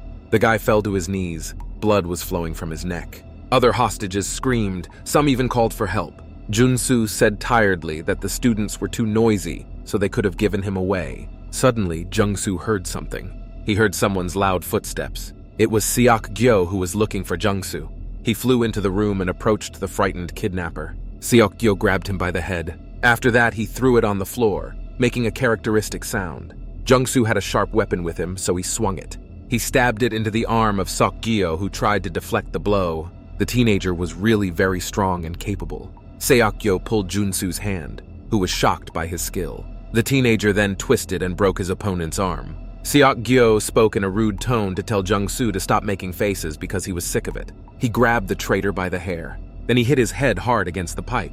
Other students were horrified by what they saw with their own eyes. Seok Gyo, meanwhile, smeared Jungsu's face against the pipes. He seemed to enjoy it because he was getting excited. Seok Gyo looked at Junsu insatiably, like a beast at its prey. The traitor said that he was in great pain and something started to come out of his neck. Suddenly, Jungsu's spine flew by Seok Gyo's neck. He grabbed his neck and let go of the teenager. Junsu stood up, two spines sticking out of his neck, and said that he was waiting for the boy later. Seok Gyo yelled at him that he could have just run away and not organized this concert. Jungsu said that he didn't want to do it himself, but an order was an order. He said that the third water tank was connected to the irrigation system on the site where the students were taken during the evacuation. Seok Gyo couldn't believe his ears. He looked at the empty bottles and realized that Jungsu wanted to infect the entire school. The guy pressed a button in his hand and said how funny it would be when everyone turned into a defective. Meanwhile, the stadium was loud because a lot of people had gathered. Someone ordered Kim's teacher to check the students on the list and call the rescue service. The students checked the news on their mobile devices because they did not believe there was a fire, because they did not see smoke. Seo-hee was also looking at her phone. She wrote to Seok Gyo, who did not respond, and everyone else was out of touch. So he was very worried about him. Meanwhile, some sounds began to come from the ground. One of the students said that the irrigation system had turned on. The students began to move away to avoid getting wet, but the water had already started dripping. They were all in danger. Meanwhile, in the basement, Jungsu tells Seok Gyo that their organization can't handle everything, so he advises her to just enjoy herself. This made Seok Gyo even angrier. His eyes were full of rage. The guy provoked Junsu by asking if he could fly him to the airport for the transformation, so he started doing it, even though he hadn't planned to. More vertebrae flew out of the guy's neck. Junsu turned into a real monster with strange hands and apologized to Seok-gyo, saying that he had to finish the job to the end. But the teenager was ready for battle, so he wanted to transform himself. His hand began to pulse and transform into a monster's paw. Suddenly she was shaking, and then she became completely normal, as if the transformation had gone in the opposite direction. Seok-gyo could not understand what was going on, but Jungsu did not wait and launched his paws from the spine into the enemy. Seok-gyo managed to dodge it. The guy said that Seok-gyo was not distracted, otherwise he was too self-confident. The students, meanwhile, could not survive such fear, so they began to run away from the basement, screaming. Junsu instantly reacted and put his paws into them. He managed to hit one of the boys and his spine went through his classmate. He apologized and commented that the students had to stay put because Junsu was dying of hunger. And then he said that they wouldn't listen to him anyway, so he offered to finish with them right away, to which the students begged for mercy. Suddenly, Junsu's head pulled to the side because someone pulled on one of his paws. It was Seok-gyo, who managed to distract the monster with his strong, pumped-up arms. After that, he ordered the students to flee immediately. They were scared, so they stalled a bit. But then, they immediately started running away as fast as they could. Jungsu was furious, so he had no choice but to attack Seok-gyo. His sharp hand swung at the boy, but he dodged, so only the pipe was damaged. Seok-gyo started running away to hide somewhere. He ducked between the pipes and hit the wall. The boy made it in time, because Junsu almost didn't hurt him with his sharp spines and paws.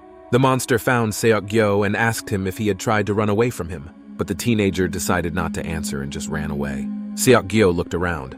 He had to quickly figure out how to escape, because his strength was not working. He saw two pipes in front of him, one with hot air and one with steam. Seok-gyo had a plan in his head, so he quickly ran to the pipes. Meanwhile, Jungsu was catching up with him, and the monster's head was about to overtake the boy. The monster opened its mouth and bit, not Seok-gyo, but the pipe. After that, water immediately poured in. The teenager's plan worked. Boiling water was coming through the pipe, so Junsu's mouth and face were burned and the monster screamed in pain. He wanted to see his offender, but could not because of the thick steam. Suddenly, Jungsu noticed something. It turned out to be Seok-gyo, who was flying at him with a trumpet. He swung at Jungsu with all his might and hit the monster on the head so hard that it flew away. After that, there was another blow in the other direction. Yi Junsu fell to the ground head first. Suddenly, one of the monster's spines took hold of Seok-gyo's trumpet. After that, Junsu's paw also wrapped around the teenager's arm, so much so that Seok-gyo's arm began to twist and he screamed in pain. The spine monster was dragging the teenager along, flying at speed. As Seok-gyo approached the wall, he realized that the collision was not transitory. The guy's body crashed into one of the system units, breaking everything. Blood poured out of Seok-gyo's mouth. Meanwhile, Jungsu stood up and said that his head was ringing from such a strong blow from the enemy. Then he asked why Seok-gyo was not transforming, but he remained silent. And then Yoon started provoking the teenager by saying that Seok-gyo was uncontrollable, so he simply couldn't transform. Seok-gyo was shocked by what he heard. Junsu added that if the uncontrollable got too excited, the transformation would disappear, which is probably why the teenager doesn't look like a superhuman. Jungsu then threw his spine paw at Seok-gyo. It flew as fast as possible, and its end was very sharp. Seok-gyo managed to react and hid behind the tin as a shield. But the end was too sharp, so he was able to cut through the defense. Seok-gyo dodged this time too, so he was not hurt, but another ridge was flying overhead. The teenager did not see this, so he cut the boy's back, and his mouth started bleeding again.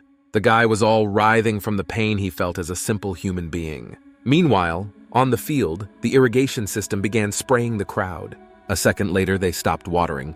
The students did not understand this and thought they had broken down. Meanwhile, rescuers arrived at the school. The students were surprised at how quickly they arrived. The firefighters approached Kim's teacher and asked where the fire was, to which they received a very intermittent response that it was most likely a false alarm. But the teacher was not sure, so the firefighter decided to inspect the school anyway. Kim's teacher was very nervous, so he refused to let the rescuers enter the school. Still, the head teacher agreed, so he ordered everyone to leave the school grounds. The students began to calmly leave, not feeling threatened. Meanwhile, the events moved to the laboratory. A guy who was a security guard was sitting at a table with several devices. Then he grabbed for the radio. The guy introduced himself as Monster Clark and was asked how things were going. The guy replied that he had managed to shut off the water and also hacked the system, so there would be no connection for a while. Jong Tai was on the other end, saying that their cleanup team was almost done. He also added that he wanted Clark to check the basement because Seok Gyo might be there. Clark praised him for his good work. Jong Tae couldn't disagree more. He looked at the scene and said that Jung-soo could have thought of them because every time they cleaned up the same scenario. Meanwhile, Jong-hee was eating candy bars. Jong Tae saw this and was surprised. But it is not clear whether it was hunger or because the girl was wearing only her underwear. The guy yelled at her and said that she should be ashamed to sit like that in front of everyone. He added that because of him and Nuna, he didn't like girls at all, to which he received a middle finger in response. Jong Tae wished that Jung Hae's teeth would fall out for such gratitude. After that, the guy threw the girl some clothes and told her to put them on. Jong Tae noticed that one of the defective ones was still moving and asked what had happened because the unruly ones never walked. Suddenly, a water bottle flew into his hands. Jong Hye explained that a field mouse had given everyone a drink of it, and almost at that second they turned into defective people. Jong Tae couldn't believe his ears as the incubation period continued on Sunday. He shouted that they had to find out what kind of water it was. Meanwhile, Jong Hye got dressed, and it didn't save the situation much.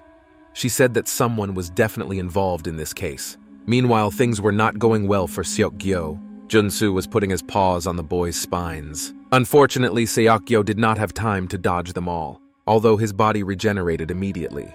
Junsu noticed and was surprised, commenting that Seok Gyo should have died of starvation long ago and that his regeneration was too fast.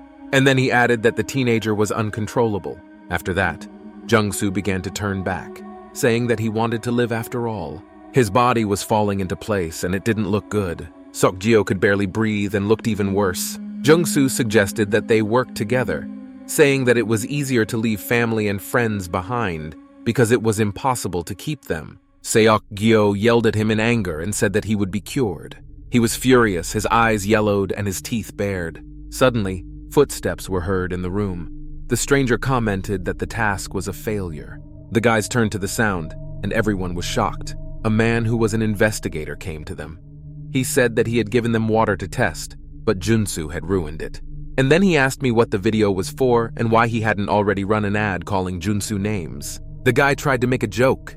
The man told the schoolboy to get ready, because they had to leave. Seok-gyo did not understand what was happening and asked who the man was. Suddenly, a gun was put to his forehead. After that, there was a loud sound and a lot of blood splashed. Seok-gyo fell to the ground unconscious. The man told Jung-soo that he had taught him that killing superhumans was wrong, because you would repeat their fate. After that, he just walked away calmly, as if it were a normal thing. Jun-soo stood there, looking at his classmate. But I still followed my husband. Seok-gyo remained unconscious. Suddenly, his eyes turned yellow again. Meanwhile, Jong Tae and the team tried to get out of the building. They went down somewhere. It seems to have been a basement, where they saw the hostages lying unconscious. Jong Tae complained that they had a lot of work to do and asked Jong Hye if they could pass it off as a terrorist attack. Suddenly, he saw Seok-gyo in front of him. He called him and Jong Hye immediately ran to the boy. The girl grabbed him by the collar and started yelling at him for creating a bunch of problems that he now had to solve himself.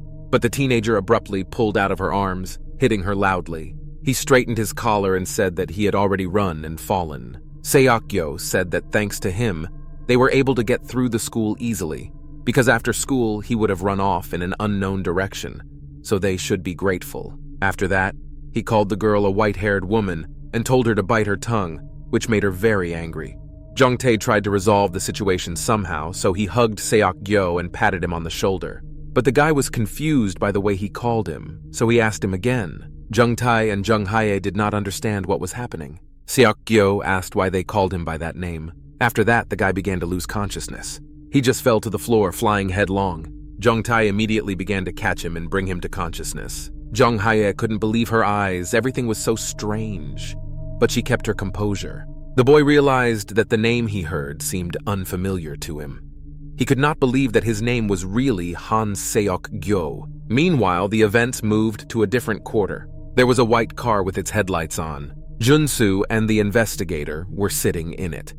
The man was ordering the boy not to screw up this time and to clean up the place. The teenager got out of the car. He opened a room with a lot of bags. It looks like it was some kind of warehouse. Somewhere in the back of the room I heard the sound of crying. The girl called him her brother and said that she was in pain and hungry. Her body was chained. She cried and looked at Junsu, repeating that she was in pain and hungry. He recalled Seok-gyo's words that everyone was in danger because of him. Junsu looked at his sister and said that everything would be fine now. He picked up 2 large canisters, and then he spilled the container. Meanwhile, some memories were emerging in his head. He could see that the boy was arguing with someone, and his sister was sitting on the floor. After that, he recalled how she got a scholarship to an elite school and bragged about her uniform. My sister said that she would never repeat their father's fate and would become a broadcaster, earn a lot of money, and start helping people in need. Junsu looked at what had happened to his sister. It broke his heart. She was a monster and screamed in pain all the time. He plunged back into his memories. Junsu ran to the room where his father was, who said that the damned teenagers had done it. The boy ran into the room and saw his sister. The girl turned to him and cried. She was all beaten up and shaking. The guy was shocked by what he saw. He was screaming about what kind of freak did this to her. Meanwhile, in reality, Jungsu was lighting a match.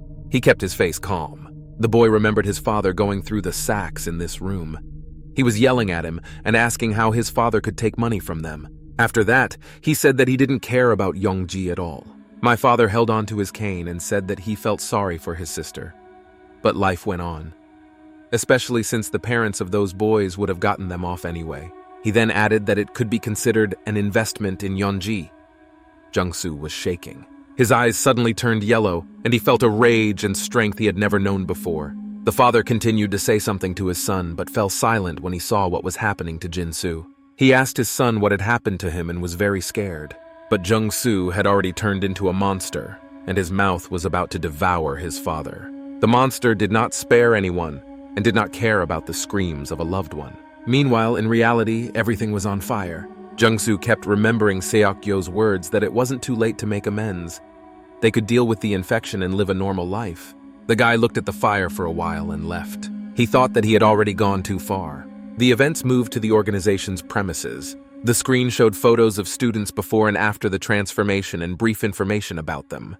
Gu-hyun told the audience that the students' appearance and appetite resembled those with disabilities, but it seemed that they remained human in general because their DNA had hardly changed. Someone clarified that superhumans were not involved, and Gu-hyun confirmed the hypothesis.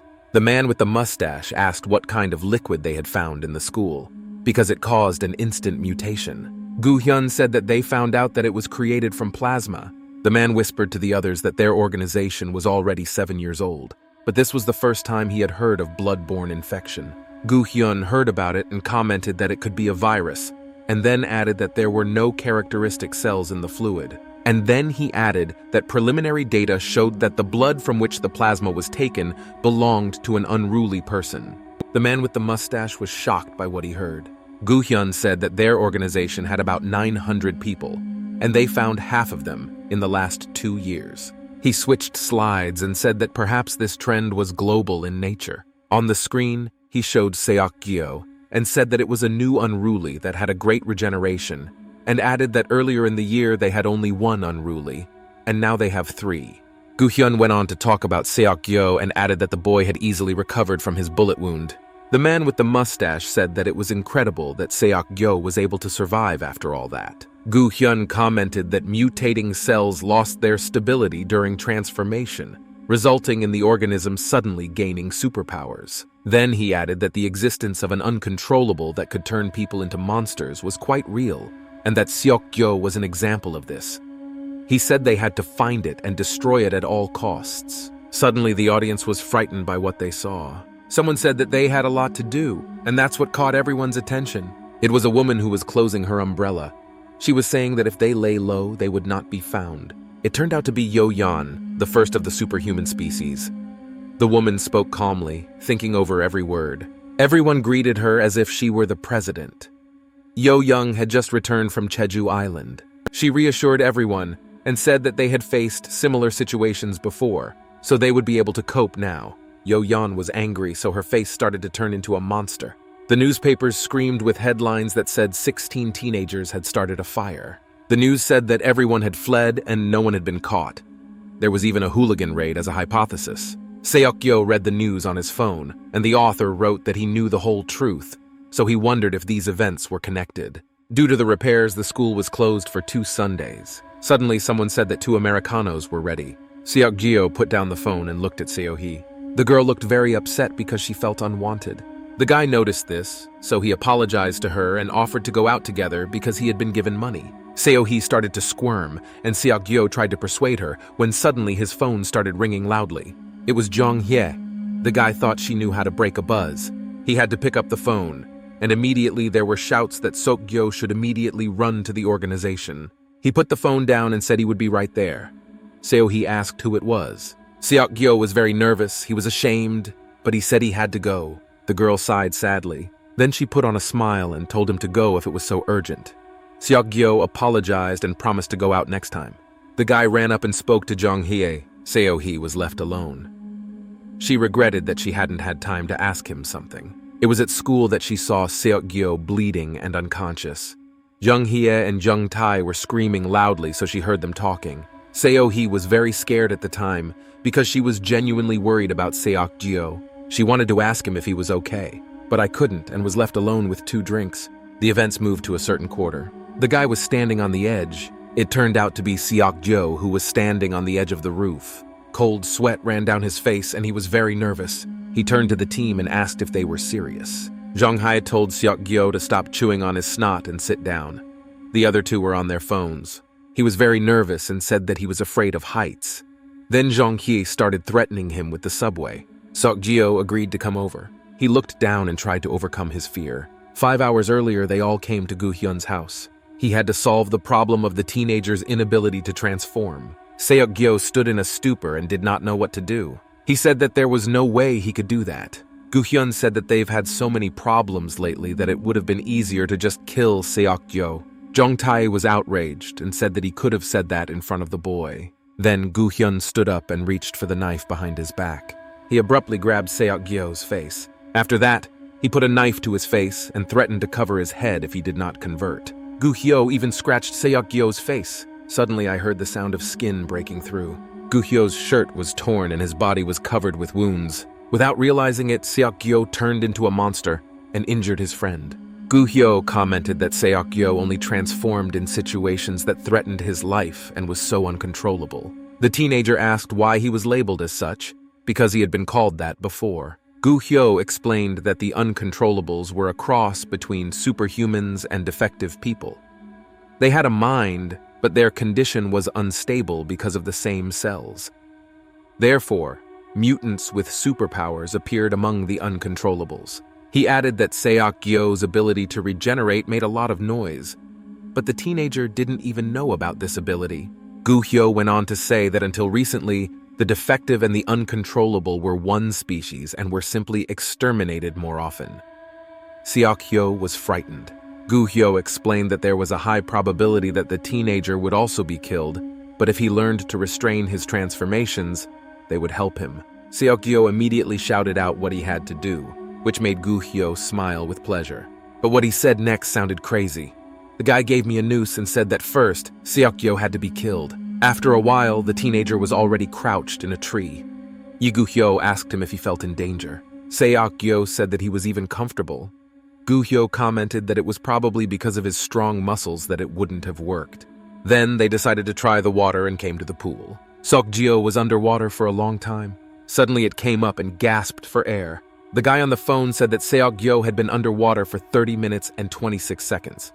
Jung-hae was loudly indignant. Then they decided to try the subway. Seok-gyo asked if he would die if he didn't transform. Jong-hye replied that he wouldn't die even if his head was blown off. But the guy refused. There were too many risks. Thus, the team reached the roof. Seok-gyo still stood there, afraid, thinking about how his life had become like this. Jong-hye stood behind him and yelled at him to come faster. Seok-gyo looked down and made up his mind. He thought to himself that he could do it, because he was not the weakling he used to be. Suddenly, Seok-gyo took all his will into his fist and bent down. He was flying quite cheerful and happy. He felt some kind of power inside. Suddenly, Everyone on the roof heard a loud sound. They went to the edge to check it out. On that day, Seok-gyo broke his leg, and it took 6 days to regenerate, but he was still unable to transform. Seok-gyo was lying on the floor, saying that he needed help, but everyone was silent, and he thought that his friends had run away. The events moved into the room. The guy was listening to music loudly, and there was a watch on the table. Seok-gyo looked in the mirror and wondered why he hadn't dressed like this before. A love song was playing on his phone. He looked to the side. I wanted to see the watch with precious stones that Seo-hee bought. Last week, he received a considerable amount of money from the association. The guy picked up the watch and thought that nothing warmed his soul like cash. Seok-gyo thought that he also needed a reward. He deserved it. A dog with a leash in its teeth was sitting next to him. Seok-gyo said that he would not go for a walk with it. Suddenly, the guy caught himself thinking that he seemed to have gotten used to the dog because he hadn't found an owner yet. The mother came out to her son and asked him where he was going. She would soon prepare lunch. Seok-gyo's hair stood on end. He started to get nervous and said that he had things to do and would eat in a cafe. My mother smiled and said that today was an important day and asked me to be home for dinner. Seok-gyo quickly ran away and told Seo-hee on the phone that he had just stepped out. The mother and dog stood in a stupor. Like here, the dog began to attract attention because he was never walked. The mother sat down with the animal and asked why Seok-gyo started behaving so strangely. Suddenly, there was a knock on the door and they said it was a delivery. The dog growled as if it sensed danger, and the mother said she hadn't ordered anything. Meanwhile, the events moved to the noisy street, or rather in a cafe. At the last table, a couple, Seok-gyo and Seo-hee, were discussing movies. More precisely, the guy was talking about the actor and how much he admired him. Seok-gyo did not stop talking. Suddenly, he noticed that Seo-hee was less enthusiastic, so he asked her if she liked it. But the girl said she really liked it, and Seok-gyo noticed that she didn't say a word after watching it. Then he asked where she wanted to have dinner and picked up his phone. Suddenly, Seo-hee turned to the boy, and then all his good mood disappeared, because the girl said she had seen him at school. She told me what she saw, and then added that after that, Seok-gyo also injured his leg and they didn't see each other on Sunday. After that, the girl asked if the guy was okay and asked if he had been involved in anything. Seok-gyo started to get nervous, but he came up with an excuse that he had just fallen down the stairs and blacked out, adding that it was nothing. But the girl didn't think it was a trifle. Seok-gyo decided to quickly change the subject and said that he had bought her a gift because the Doraemon watch was a bit plain. He pulled out his gift and handed it to the girl, so he became sad and silent. He reached for her hand and offered to put them on, but the girl quickly took her hand away and said she liked these. Seok-gyo's eyes went to his forehead because Seo-hee said she couldn't accept such an expensive gift. Then, the teenager became angrier and asked why she was carrying around this poor watch. Seo-hee didn't understand what was happening and said that her friend seemed to have been replaced recently. He had changed a lot.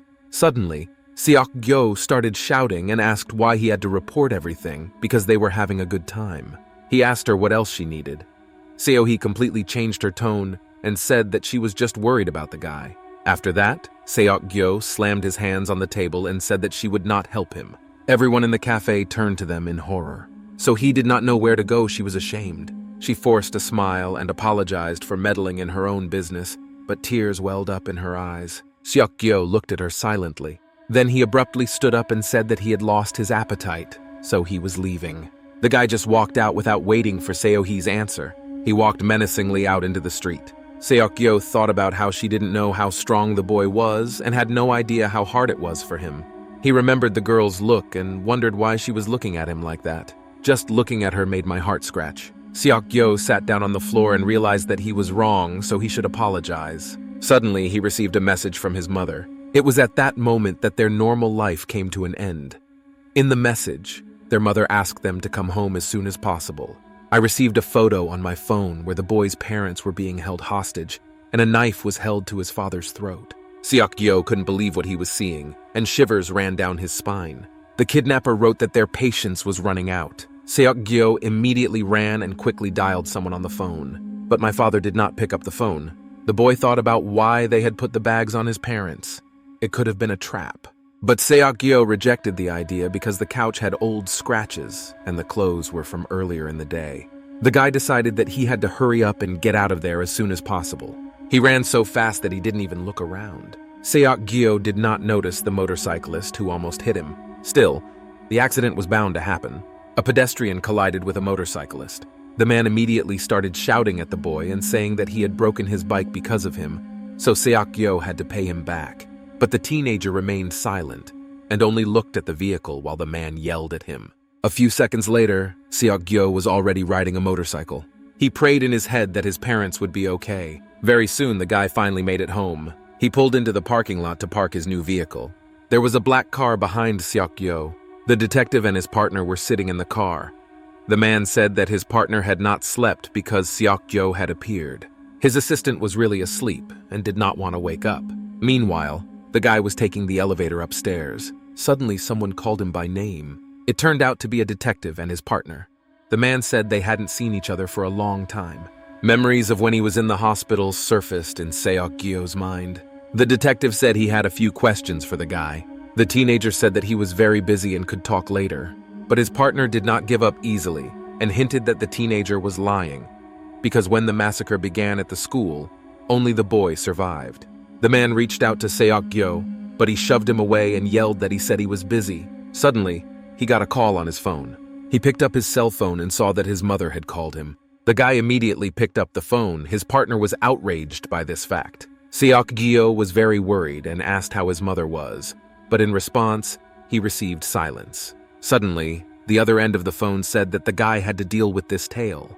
The teenager had many questions, but the caller simply hung up. Detective Seok asked what happened to his parents. The guy was already furious, turned to the investigators, and thought that they wanted to kill him. Suddenly, Seok-gyo's eyes turned yellow. His body tensed. He felt that he was beginning to transform. Then my partner turned to the detective. The men were scared and did not understand what was happening in the room. Suddenly, Seok-gyo put out his long arm. He punched his partner in the stomach at high speed, causing him to bounce to the floor. The guy stood there and silently watched the man coughing. The detective sensed danger and took the gun into his hands. But a second later, there was no one in front of him. He was very surprised. Suddenly, Seok-gyo struck the man's neck. The detective got all twisted up and asked who the guy was. Seok-gyo said that they were also in danger, so it was better for them to run away somewhere. Meanwhile, someone was already taking the elevator to his floor. It turned out that it was Seok-gyo. He nervously looked at his phone and thought about calling for help. But then he remembered a conversation with Kim Philip, who said that all witnesses would be destroyed. Then he put the idea out of his mind because he realized that if his parents saw his transformation, they would kill him. Meanwhile, Seok-gyo had already reached the 10th floor. The teenager opened the door to his apartment, and it creaked. On the floor, he saw black footprints of someone else's shoes. The apartment was all smashed up, and he could hear someone watching TV from his room. Then Seok-gyo tried to get into the apartment very quietly. The guy walked into the living room and saw a party. His eyes widened sharply. There were several young men in his apartment drinking alcohol and smoking. On the floor, he saw people with bags on their heads. A guy with blonde hair was excited when he saw the name. He commented that he thought Seok-gyo would be taller, but the teenager did not pay attention and simply headed to his parents. He roughly pushed aside one of the men who was blocking his way. Seok-gyo pushed him so hard that he fell to the ground. The guy immediately started tearing the package on the hostages. Unfortunately, he saw something he regretted.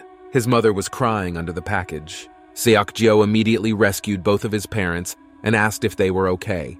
The father said that he did not know what was happening here, but it was better for his son to run away. Seok-gyo was furious. He quickly pulled himself together because he didn't want his parents to see his transformation. The guy said that everything would be fine and that he would think of something. Suddenly, someone hit Seok-gyo on the head with a bat. My mother saw this and screamed. Then a man with red hair grabbed my parents and told them to be quiet. It turned out that the guy had been attacked by a blonde man who laughed and said that everything would be fine. He beat Seok-gyo and said that he was a monster. The robber swung his bat again, but Seok-gyo grabbed his bat with his own hand. The guy started to get up. The teenager asked them to let his parents go because they had nothing to do with it. The mother called the boy again. She could not stand the sight. The blonde man said that he was in tears and added that Jung-soo was cheating. The guy could not believe what he was hearing. Two men grabbed his arms from behind.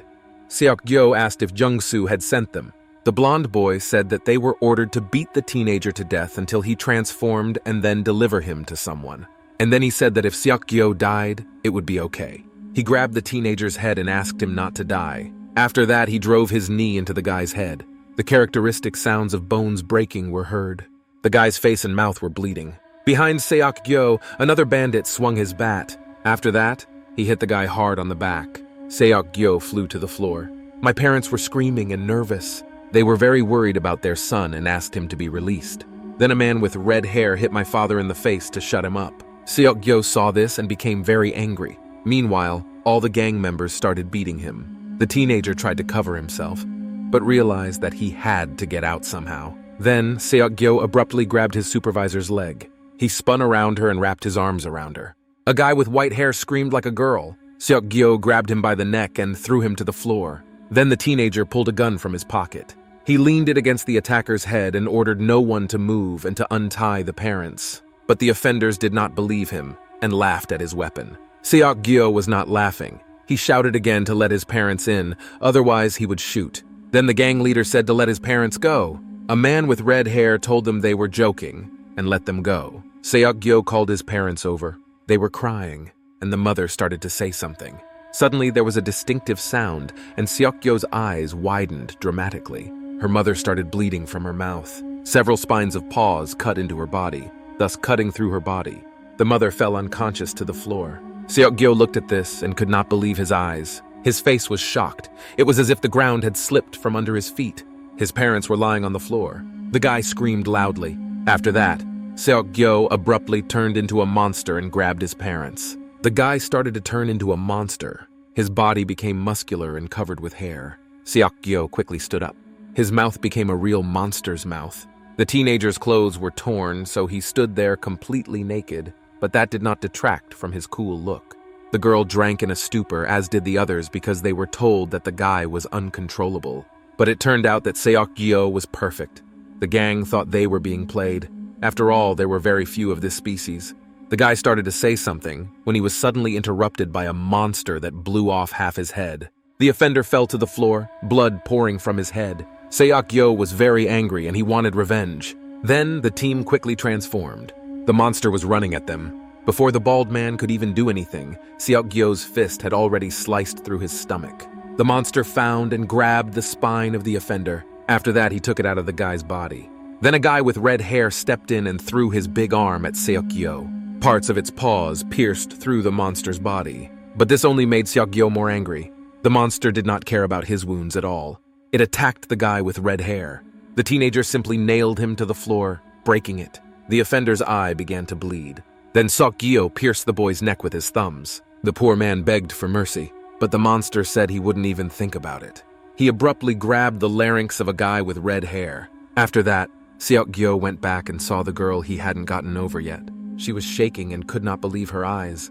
But the teenager was quick to grab her by the head. After that, there was only one main offender left. Seok-gyo came up to him and asked if the boy couldn't have been transformed out of fear. He grabbed his head and said that he was going to die for a long time. The monster told him how he was going to kill him. Seok-gyo said that it was revenge for his parents. Meanwhile, Jong-tae and Gu-hyo stood on the balcony. A guy with red hair looked through binoculars and could not believe his eyes. He told his partner, however, that Seok-gyo was indeed a perfect species. Gu-hyo said that it was supposed to be a new degree of mutation. Jong-tae turned to his friend and smiled, saying how nasty his character was, because they knew they were coming to see Seok-gyo. He added that he should have warned the poor people, to which Gu-hyo said that there was no point in baiting them. Jong-tae continued to watch through his binoculars and rejoice in Seok-gyo's success. Gu-hyo joined him and suggested that next time he should slip Seok-gyo his. Jong-tae said it wasn't funny. Meanwhile, the entire floor of the apartment was covered with blood and bodies. Seok-gyo stood there completely naked because he had already transformed into his normal form. The boy put his parents on the curtains. He sat silently and looked at them. Suddenly the dog, Seok-gyo, began to bark. The animal was afraid of its owner, but came to him anyway. The dog started rubbing against the boy's body and crying. Seok-gyo is glad that at least someone survived and pets the dog. Suddenly, the teenager remembered what his mother had told him before leaving. Today was my parents' wedding anniversary. He looked at the bodies of his parents and thought about how they celebrated it every year. Suddenly, he took his mother's cheek and apologized for forgetting the anniversary. After that, Seok-gyo remembered Sohee, thinking that he had destroyed the world they had so carefully protected. Then he remembered his parents again, and he wondered what he was trying so hard to protect. Suddenly, tears flowed from Seok-gyo's eyes, but the boy thought that he wasn't even sad or sorry, he was just crying, as if it was just muscle memory. Then the boy stood up over the bodies of his parents and apologized for all the pain he had caused them. The teenager just wanted to be near them. Meanwhile, the news was reporting on the brutal murder of a family. The news reported on the details of the tragedy and said that this person was also suspected of a terrorist attack at the school. The news was on the TV in the hospital room. His partner jumped up and told the detective that Seok-gyo had killed his parents and fled. The man became more and more indignant. Sometimes the detective was just silent. He recalled how the boy talked to his parents and called them, and then the yellow eyes of a teenager popped into his head. The detective was deep in thought. Meanwhile, his partner kept on being indignant, and the detective told him not to shout so loudly. The assistant asked the detective what they were going to do, since he had been suspended from service because of the weapon, to which the detective replied that he immediately realized that the case was not easy. He added that they would slowly dig into how rotten their boss was. Meanwhile, the events moved to a residential building. In it, someone broke a water bottle on the floor. It turned out to be So-hee. She was watching the news and couldn't resist what she heard. Suddenly, her mother came up to her and said that she had no face on her. Seo-hee suddenly remembered all the manifestations of her boyfriend's aggression. But the girl didn't want to believe it. She hoped it was all a lie. Jung-hee and his brother also watched the same news. The boy asked his sister when their parents were going to return to work in Japan. Then she replied that it might happen in a year. The little boy raised his hands and started counting on them. After that, he said that 3 years had already passed. Jung-hae was angry about this, and she replied that their parents worked like hell, so the boy had to study hard. Suddenly, the girl's phone rang. She took it and got upset. Meanwhile, the weather outside was terrible and raining. Seok-gyo was sitting on a park bench with his dog. Suddenly, someone approached him. The guy looked up and said he didn't think she would come. It was Jong-hye. Seok-gyo immediately began to apologize to her and explained that he had no one else to go to. The girl looked at him with her dissatisfied face and told him to follow her. The teenagers were walking through a poor neighborhood. The girl opened the door to the house. At the entrance to the living room, my brother was sleeping. Seok-gyo held a gray t-shirt in his hands. Jong-hye rummaged through her closet and told the boy to put it on after she showered. It was her father's clothes, but Seok-gyo threw her to the floor and went to Jong-hye. He suddenly abruptly grabbed the girl by the arm of her wet t-shirt, which was completely transparent. After that, the guy threw Jong-hye roughly to the floor. He approached her and looked her straight in the eye. The teenagers were very close. Seok-gyo began to say in a rough voice that his life had gone downhill, but he didn't even miss his parents. He yelled at Jong-hye and said that his heart should have burst with pain, but it didn't. The guy thought he had become a different person, because he had changed a lot since his conversion. His hands began to clench, and finally he said that before he just didn't remember things. But now Seok-gyo didn't know who he was. Jong-hae listened to the teenager and stood up. She began to ask him rudely what he didn't know, what kind of child he was or how he used to live. After that, she added that she only knew his current self. And then she said that Seok-gyo was just being Seok-gyo. She suggested that perhaps the teenager had lost himself because of guilt over the crime. And then she added that his emotionality irritated her all the time. Jong-hae added that she thought he was one of the superhumans and was ashamed. Suddenly, Seok-gyo came too close to her lips. He did it so abruptly and was all red, just like Jung-hye. She did not know what to do or how to react. After that, they kissed. Suddenly, there was a loud sound, and Seok-gyo just fell to the floor. Jong-hye opened her eyes. She saw that Seok-gyo was all red and burning. Jong-hye started to panic and wake the teenager up because it was a good place to cook. After a while, Seok-gyo was lying under a blanket with ice on his head, and Jung-hye was talking to Gu-hye about how superhumans didn't get sick. The guy was not speaking in a very good atmosphere and said he would check everything again. Jong-hye said that then Seok-gyo would stay with her for a while. Suddenly, Gu-hye asked her if she was in love. After that, the girl just exploded, and Gu-hye said that she was furious all the time when she was being hurt. She just hung up and was very angry with Seok-gyo. Then the guy began to deliriously apologize to Seo-hee. This upset Jung-hye. It seemed like the girl really had some feelings. She suddenly remembered a terrible story when her mother and father shouted at her and asked her to stop. The girl said that if a superhuman begins to feel a sense of responsibility for what he has done, he will surely go crazy. But unfortunately, there is no turning back. After that, she said that now Seokgyo should just rest. The events moved to October 2016. Someone was watching a video on the website. The video opened with a guy in a cap saying that the search on Mount Cheery was very boring because he thought that a brave heart would shout loudly. He continued that he hoped to find the bat in an abandoned house. He added that the bat was stronger than a brave heart. Comments under the video were not very positive. It turned out that it was a live broadcast. The blogger read them and thought that his subscribers were completely naked. He then asked the audience if they knew of any interesting places to go. One commenter said he knew a place like that. It was a religious place with a strange ritual. The commentator said that he had to drink water, after which people started to get angry.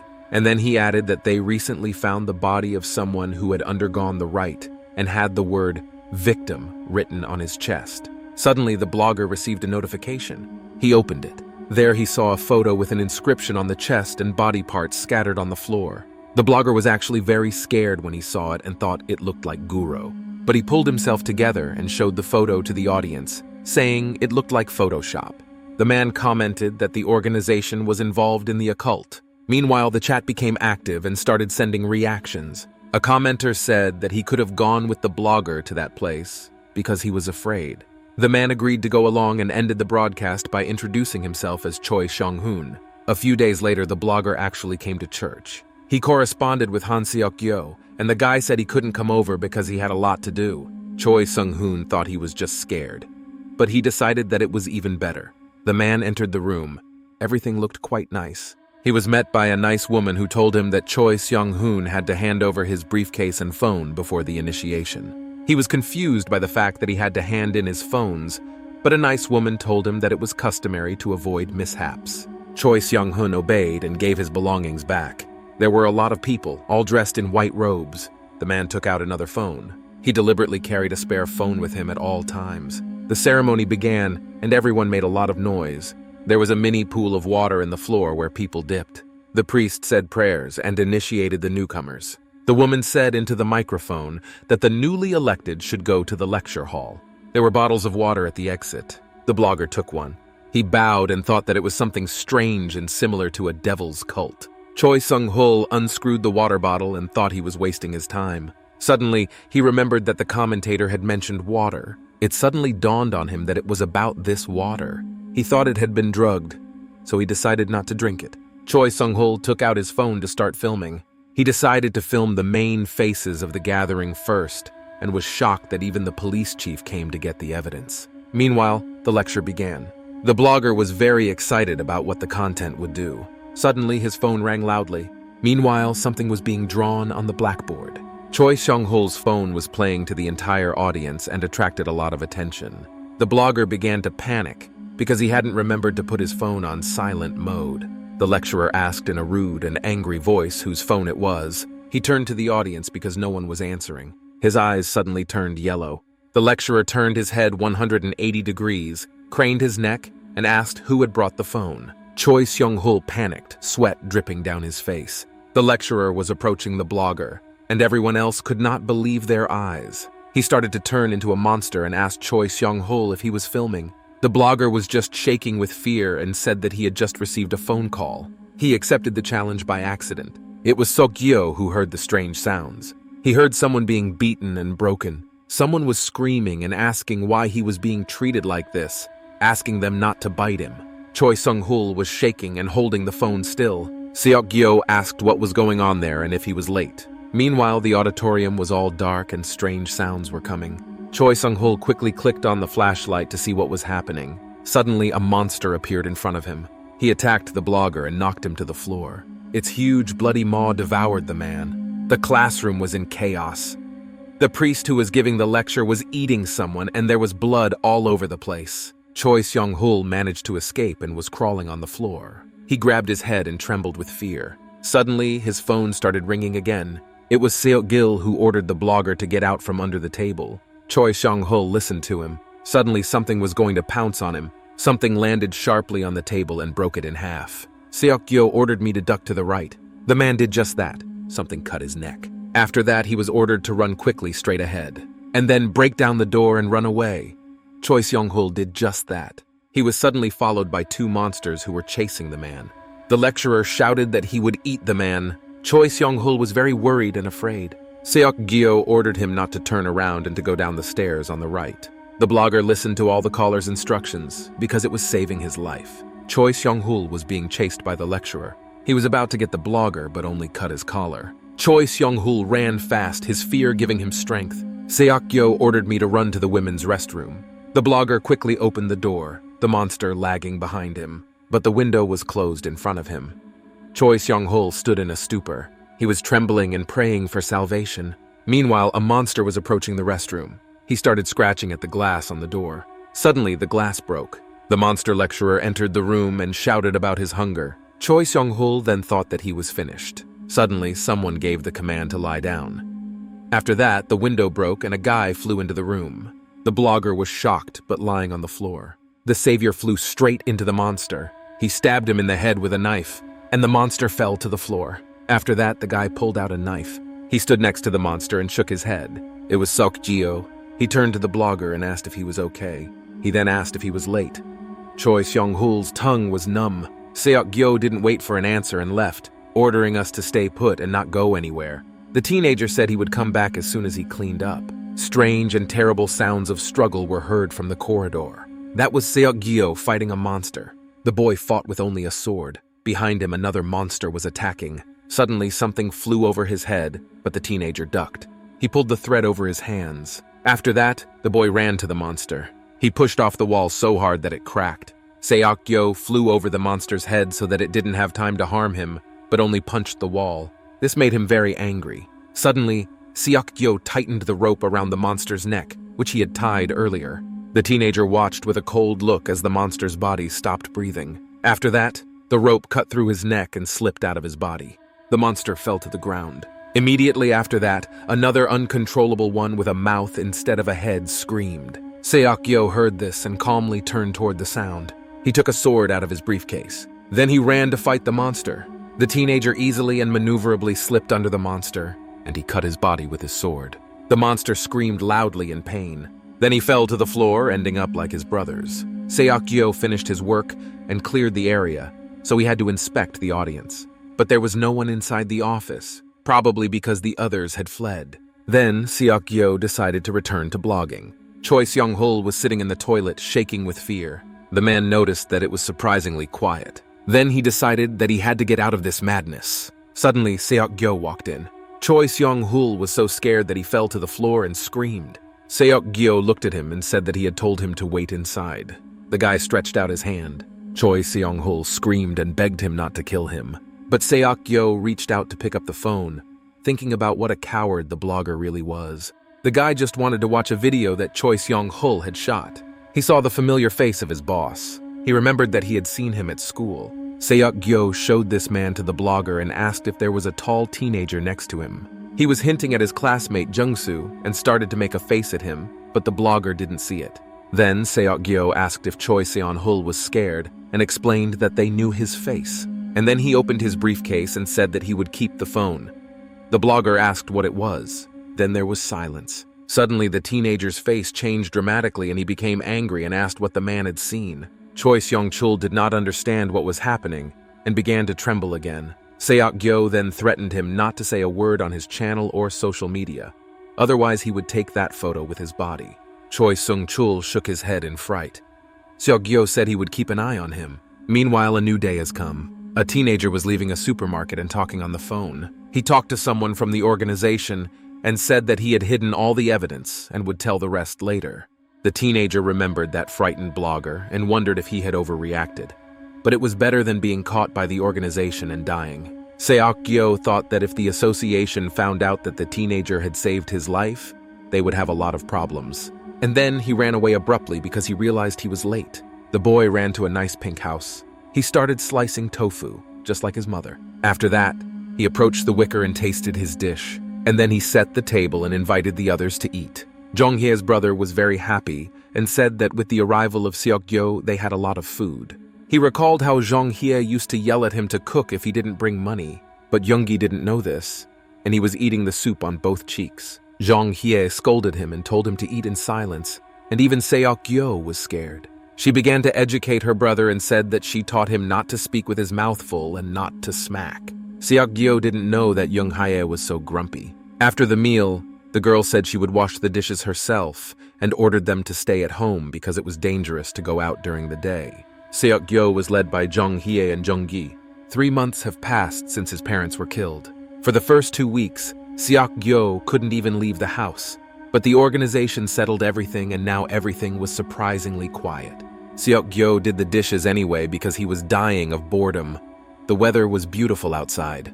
The guy was sitting on the porch with his dog and asked him if he could do his laundry. Suddenly, he received a notification on his phone. It was So-hee. She wrote to him every day and told him about her days. She asked how the boyfriend was doing and added that she missed him a lot. Seok-gyo also missed her very much. The guy remembered that night. He sat naked in front of the bodies of his parents. They were lying on the floor, and Seok-gyo was apologizing. The guy said they should have run faster. Suddenly, the son's mother called him a bastard and was indignant that he was running away from home because of this. The teenager could not believe what he was hearing. Suddenly, my mother's body began to break down. Something strange was happening to her. The mother called her son an animal and blamed him for their deaths. The woman screamed that it was not her son because her son was not a monster. Suddenly, my father joined the conversation. He asked if these were the hands that Seok-gyo used to beat them to death. Then the teenager began to shiver and grow hair. He turned into a monster and shouted that he was defending his parents. His father grabbed him from behind and asked what this monster had done to their son. Suddenly, Seok-gyo jumped out of bed. It turned out to be a dream. He was loudly shaking his head and cleaning himself up. The events moved to the association's premises. At the table was Gu-hyo, who was discussing the situation in the church. Seok-gyo told me what happened there. Gu-hyo commented that they brought superhumans and ordinary people together in one place. Then they would choose a victim and organize a hunt. Gu-hyo praised the teenager for his good work. Seok-gyo then asked about Jun-soo, whether he had heard from him, and was told that it was not Seok-gyo's concern. Gu-hyo said that he was like a cockroach. If you let him live, you won't be able to rest. The man spoke calmly and commented on Jung-soo's behavior, because they had to clean up a lot after the boy had endangered the entire species. Seok-gyo asked why the organization was so afraid of the media, and then added that the difference between them and the people was very big, so it would be better to prepare and come out of the shadows. Gu-hyo then asked if Seok-gyo really thought that humans and superhumans thought alike. He gave an imaginary example of a new species of talking monkeys being bred. And at first there will be a lot of excitement because it's incredible. But monkeys and humans have different mindsets, so the former could take up arms and attack. And then Gu-hyo asked what would happen if there were more than 5,000 of them. The man's eyes turned yellow. He explained that humanity would rather eradicate the source of problems at the slightest danger than accept their existence. If monkeys could talk and think, humanity would soon become extinct as a species. Gu-hyo added that there are still very few superhumans. If people found out about them, war would be inevitable. They could make a treaty, but there were no guarantees. After saying that, Seok-gyo simply turned around and said goodbye. Gu-hyo told him in the back to keep looking for Jung-soo, and then he added that it was this guy who killed Seok-gyo's parents. Gu-hyo seemed to be teasing the teenager and said that he had heard that Seok-gyo still couldn't transform and asked how the sweep went because he was working alone. Seok-gyo turned to the man, his face angry, and said that he was not suffering from hunger, but he ordered him not to interfere with his work. After that, the teenager slammed the door behind him. Gu-hyo had forgotten that Seok-gyo was much stronger than all of them, but the man found it funny that the teenager was so quick to take offense to him. Gu-hyo said that he would have believed him if Seok-gyo hadn't burned himself to death. He received a message on his phone. It was Jong Tae. He sent a photo of the body of the blogger Choi Seong-hul, whom he had just dealt with. Gu-hyo said that it would have been better to get rid of Seok-gyo, but he also had an ace up his sleeve and wanted to see what would happen. Events moved to a very poor and sad place. It was in the subway, where homeless people were sleeping on the floor and 3 men were talking. One of the homeless men was holding a lot of money and thanking the officer. The boss told the homeless men to do their job to the best of their ability, but they could go for a drink first and then put up the fence and let the others know what they were doing. The homeless man asked what happened to the other guys who were taken away by the boss, because they never came back.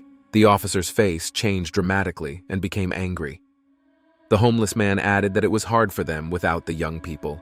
Then the boss said that they must have been working hard, so they didn't get in touch. Then he took more money out of his wallet and told them not to call them again. Then the man left. The homeless man was counting the money and was very happy. Then his friend asked why the officer needed homeless people, because the others who had agreed to work had simply disappeared. But the man was blurred by his wealth and said that it was all trifles. The homeless man said that the man was an officer, so they were not trusted with anything serious and suggested that they go for a drink. Another homeless man in a cap was sitting on the floor. It turned out to be Detective Seok-gyo, who had just exposed Chief Kim Dong-jun. Meanwhile, the officer was walking through the subway tunnel. He knocked on some doors and asked to be opened. Jung-soo was there and said that the man came back late. He was told that the officer was meeting with the homeless and asked where the chief was. Jun-soo replied that he hadn't waited for his husband, so the two men discussed the boss and his business. Suddenly, the officer asked if Jung-soo Seok-gyo was looking for him. The teenager became nervous and said he had business with him. The officer then yelled at him and said that he had to clean up after that company. But Jun-soo only snapped back. The guy was opening some doors with a code. Terrible things were happening inside. There were operating tables with monsters. Behind the glass was the body of another monster. Suddenly, he flew into the glass and growled. Then he went on to say that he was hungry. The officer asked Jung-soo where Dr. Kim was, and he was told that he was at an autopsy. The guys came to the doctor for surgery. The officer said that he had been informed that only 2 survived the experiment. Dr. Kim commented that a few days ago they were both eliminated. The cells were stable for about 3 days, which is a success. Then the officer just exploded and shouted that he was told that people infected with the serum had become superhuman, and he came here to hear this. The doctor calmly explained that compared to other results, this was a huge progress. The officer looked up. There he saw a monster floating in the water. He was connected to machines and unconscious. The officer asked how long the monster would last, and he was told that it would be about 6 months, because even with proper feeding, the monster would still become violent. The doctor added that they had already tried to turn people into defective people with the blood of an uncontrollable, but they failed to increase the number of superhumans. The officer threatened that time was short and he was having fun. The doctor replied that as long as the sample was alive, he had to get the most out of it. After that, Dr. Kim removed the bandage and said he had a request for the officer. His mouth became a monster's mouth and his eyes turned yellow. The doctor asked if he could find more subjects, especially young and healthy boys. Meanwhile, Jung-soo looked at the monster in the water. It was a girl who was sleeping peacefully in the water. Suddenly, she opened her eyes sharply and looked at him. It turned out that it was his sister, who had been tied up in a warehouse. He thought about how he couldn't get rid of his regrets either. Meanwhile, the events moved to the noisy street. 3 schoolgirls were standing near the ice cream stand. One of them was So-hee, who couldn't choose a coffee. The girl laughed at the fact that it took her so long to choose. They were watched by Seok-gyo, who was returning home. He was happy to see that So-hee was doing well. The teenager recalled buying ice cream in the same store. They were so happy with So-hee at the time. The girl said that she could not learn to draw, and Seok-gyo offered to help her because he was good at drawing. Then they passed a toy vending machine with Doraemon. Seok-gyo decided that it was his duty to win the girl a toy. He finally did it, and So-hee was very happy. He recalled those times with great sadness, because now that life was closed to him, he mentally said goodbye to So-hee and promised not to come to this place again. Suddenly, he received a notification on his phone. It was So-hee telling us about her day. She said she would like to go out with her boyfriend on such a nice day. Seok-gyo was shaking. He abruptly turned back. I looked at the girls who were choosing drinks and quickly headed over to them. Drunk on it, he called out to his friend. So-hee couldn't believe her ears and was scared. Then she returned. As beautiful as So-hee was, the teenager realized it again. The girl looked at the noisy street. People walked by and didn't pay attention. So-hee was looking for Seok-gyo in the crowd. She knew that she heard her lover's voice, or was she imagining it? Then a friend noticed and asked if she had met her friend. Her friend added that they had to hurry because the movie was about to start. Finally, So-hee looked around the place again, but there was no one there, so they moved on. Seok-gyo hid around the corner and regretted calling So-hee. He did not want the girl to know about the monster that lived inside the teenager. Suddenly, Seok-gyo smiled because he realized that no matter how many times they saw each other, the teenager remained the same coward. Then Seok-gyo received a message from Jong-hye on his phone. It said that they had found out where the main base was, so the teenager had to go to them immediately. Seok-gyo called Jung-hye to tell him that he was leaving. Meanwhile, a bald man was walking down the street with a camera in his hands and was sweating. He looked at Sohee and thought to himself how beautiful she was. She was charming when she laughed. The man's face was sweating like a river. He said to himself that it was his sacrifice. He took a picture of the girl and held it in his hand, thinking that the next victim was beautiful. Meanwhile, the events moved to another noisy street. More precisely, to the organization's premises. In the audience, Gu-hyo gave a lecture about the religious organization. It was headed by the superhuman Choi Yo-han. He used to be a priest. The key people in the organization were police detective Kim Dong-jun and Dr. Kim Ki-dok, and they have not yet been able to identify the administrators. The organization stood out because it was currently 70% people. One of the listeners was shocked by such a large number, and yet they did not give themselves away. Another man commented that they were just brainwashed and people just fell for the fabulous promises. Gu-hyo said that this is how it went down. The organization first paralyzed them with drugs and then zombified them. The man added that they might be able to get rid of most of the members, but those who remain will add to the problems.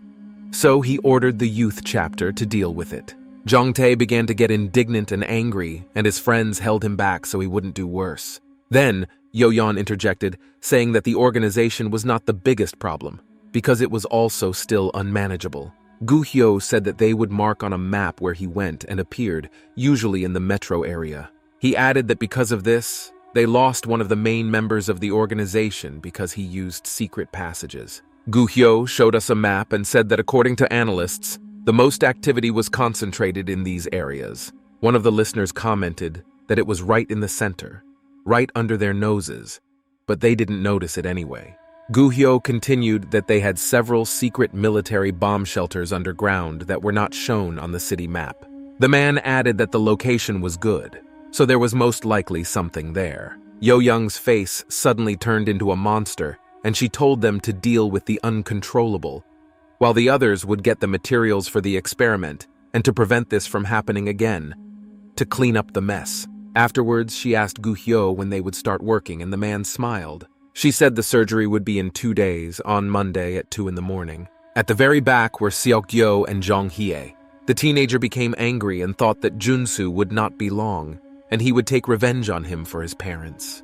The event was postponed to Sunday, 15 o'clock at the shopping center. Jong-hye was walking through the parking lot. She went to the restroom. Then she closed the door to the stall behind her. Jong-hye wanted to climb upstairs through the hatch. The girl quickly completed the mission. After that, she took some kind of spray paint and pierced him with a sharp key. She repeated the same with the other cans and placed them near the ventilation. And then she calmly came out of the restroom as if she had done all the work. Jong-hye was on her way to the subway department's support service. She shouted at the reception to the men that the women's room smelled like gas. They did not believe her, but she did not give up and said that she almost threw up. But the workers still didn't believe it and said that the previous inspection hadn't revealed any problems. The men finally broke down and went to check it out, as long as Jong-hye didn't scream so loudly. She was pleased that she had managed to do this as well. After that, the girl pressed the microphone in her ear and said that the mice were trapped. Meanwhile, a gas service car had already arrived at the parking lot. The uniformed workers listened to the problem and promised to fix it. It turned out that the workers were fake. Seok-gyo took a flashlight and climbed to the top. After that, the teenager began to collect all the gas cans back. Meanwhile, rescuers talked to subway workers and said there were no serious problems. But the workers were worried and asked if the rescuers could quietly check everything themselves. The man looked at the frightened boys with a serious look on his face. And then, a small smirk appeared on his face, and he said that they would come at night, when no one would be around. After that, everyone left. Seok-gyo and another guy were walking in front. He asked the teenager if he was the same uncontrollable person who had killed 20 defective people himself without being transformed. But Seok-gyo remained silent, so the boy told him not to be proud if he liked Gu-hyo, and then asked if the teenager had overdone it when he was mopping up the defective. The man was saying something else when Seok-gyo interrupted him, saying that there were 32 defective people. But the man didn't understand and asked again, so the teenager looked at him and repeated the number again, saying that idiots like him could easily be chopped into salad without transformation. After that, he abruptly grabbed the guy by the throat. Seokyo's eyes turned yellow and he asked if the boy wanted to see how he could playfully wring his neck. The guy called him an asshole. Then someone put his hand on Seokyo's neck. And then they also put their hand on the guy's neck. It was Jongtae who wanted to reconcile everyone. Suddenly there was a sound of a blow. It was Seokgyo, and he hit the offender. The guy said that the teenager had become perfect and had taken on a lot. Jongtae said that when they first met, the guy was a rag, but now he has changed a lot and not for the better, like a different person. Meanwhile, Sunday evening came.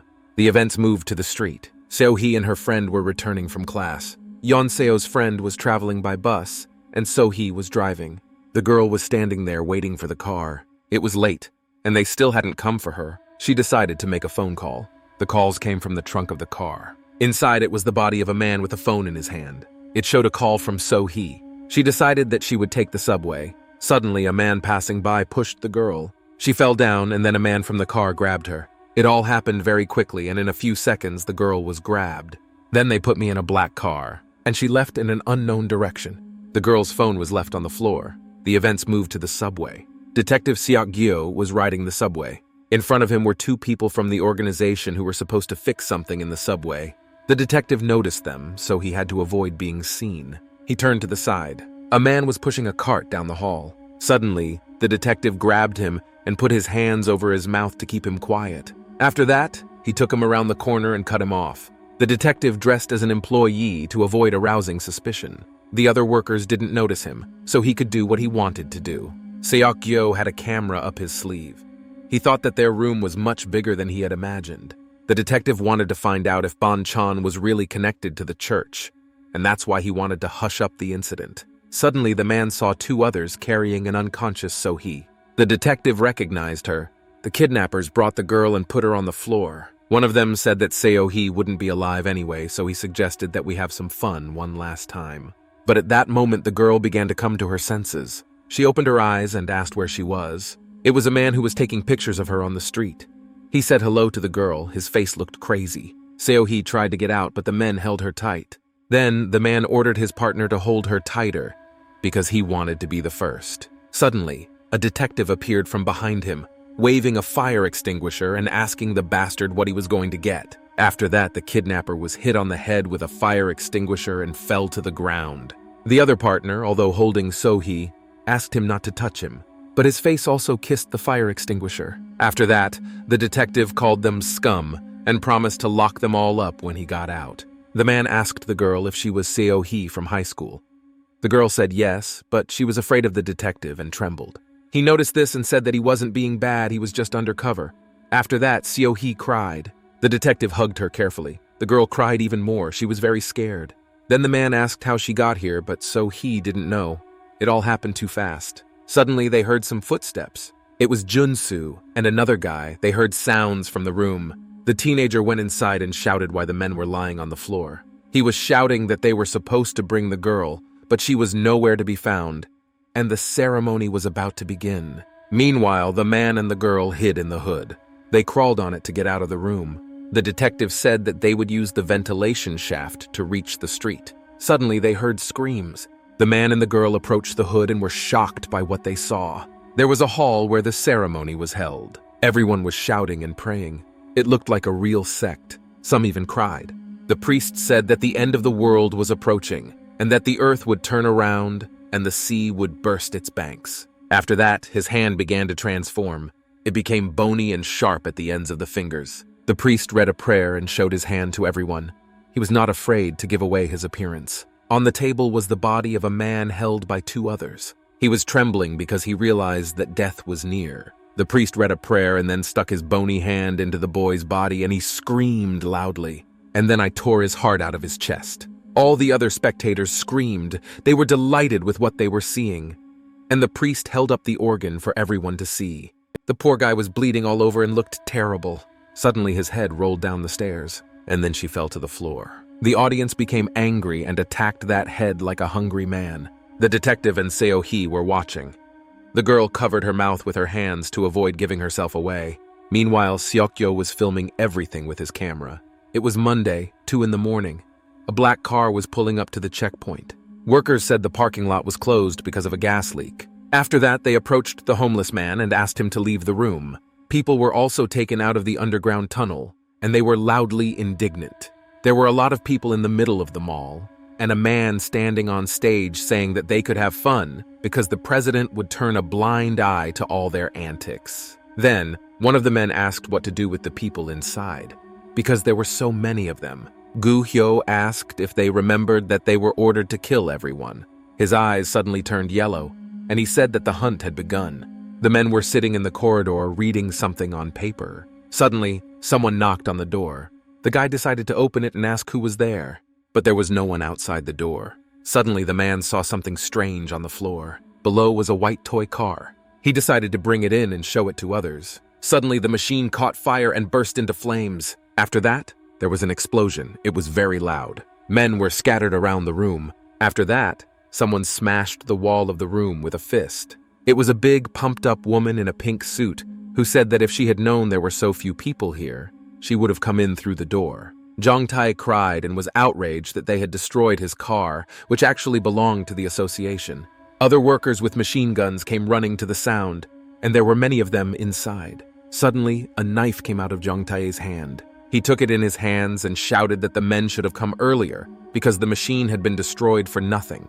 After that, he swung a knife and cut the head of one of the employees. Other men started shooting with machine guns and called the association heretics who came after the saints. The pumped-up woman shielded herself from the bullets with her strong arms. After that, she hit the perpetrators in the stomach and said that it actually hurt her. It was so strong that the blow sent the man flying into the wall and punched a hole in it. His partner saw this and started shooting even harder, but this did not save them at all. Members of the organization turned into monsters and became almost omnipotent. The monster alone could impale 3 people on its sword arm. The bodies of the workers did not matter to the organization. They handled them in seconds. Other employees saw this and realized that their lives were over. One of them tried to escape while everyone was busy. Jong Tae told his partners to look for the main man because he was being offered a generous reward. Noisy sounds were heard in the hall where the ceremony was held.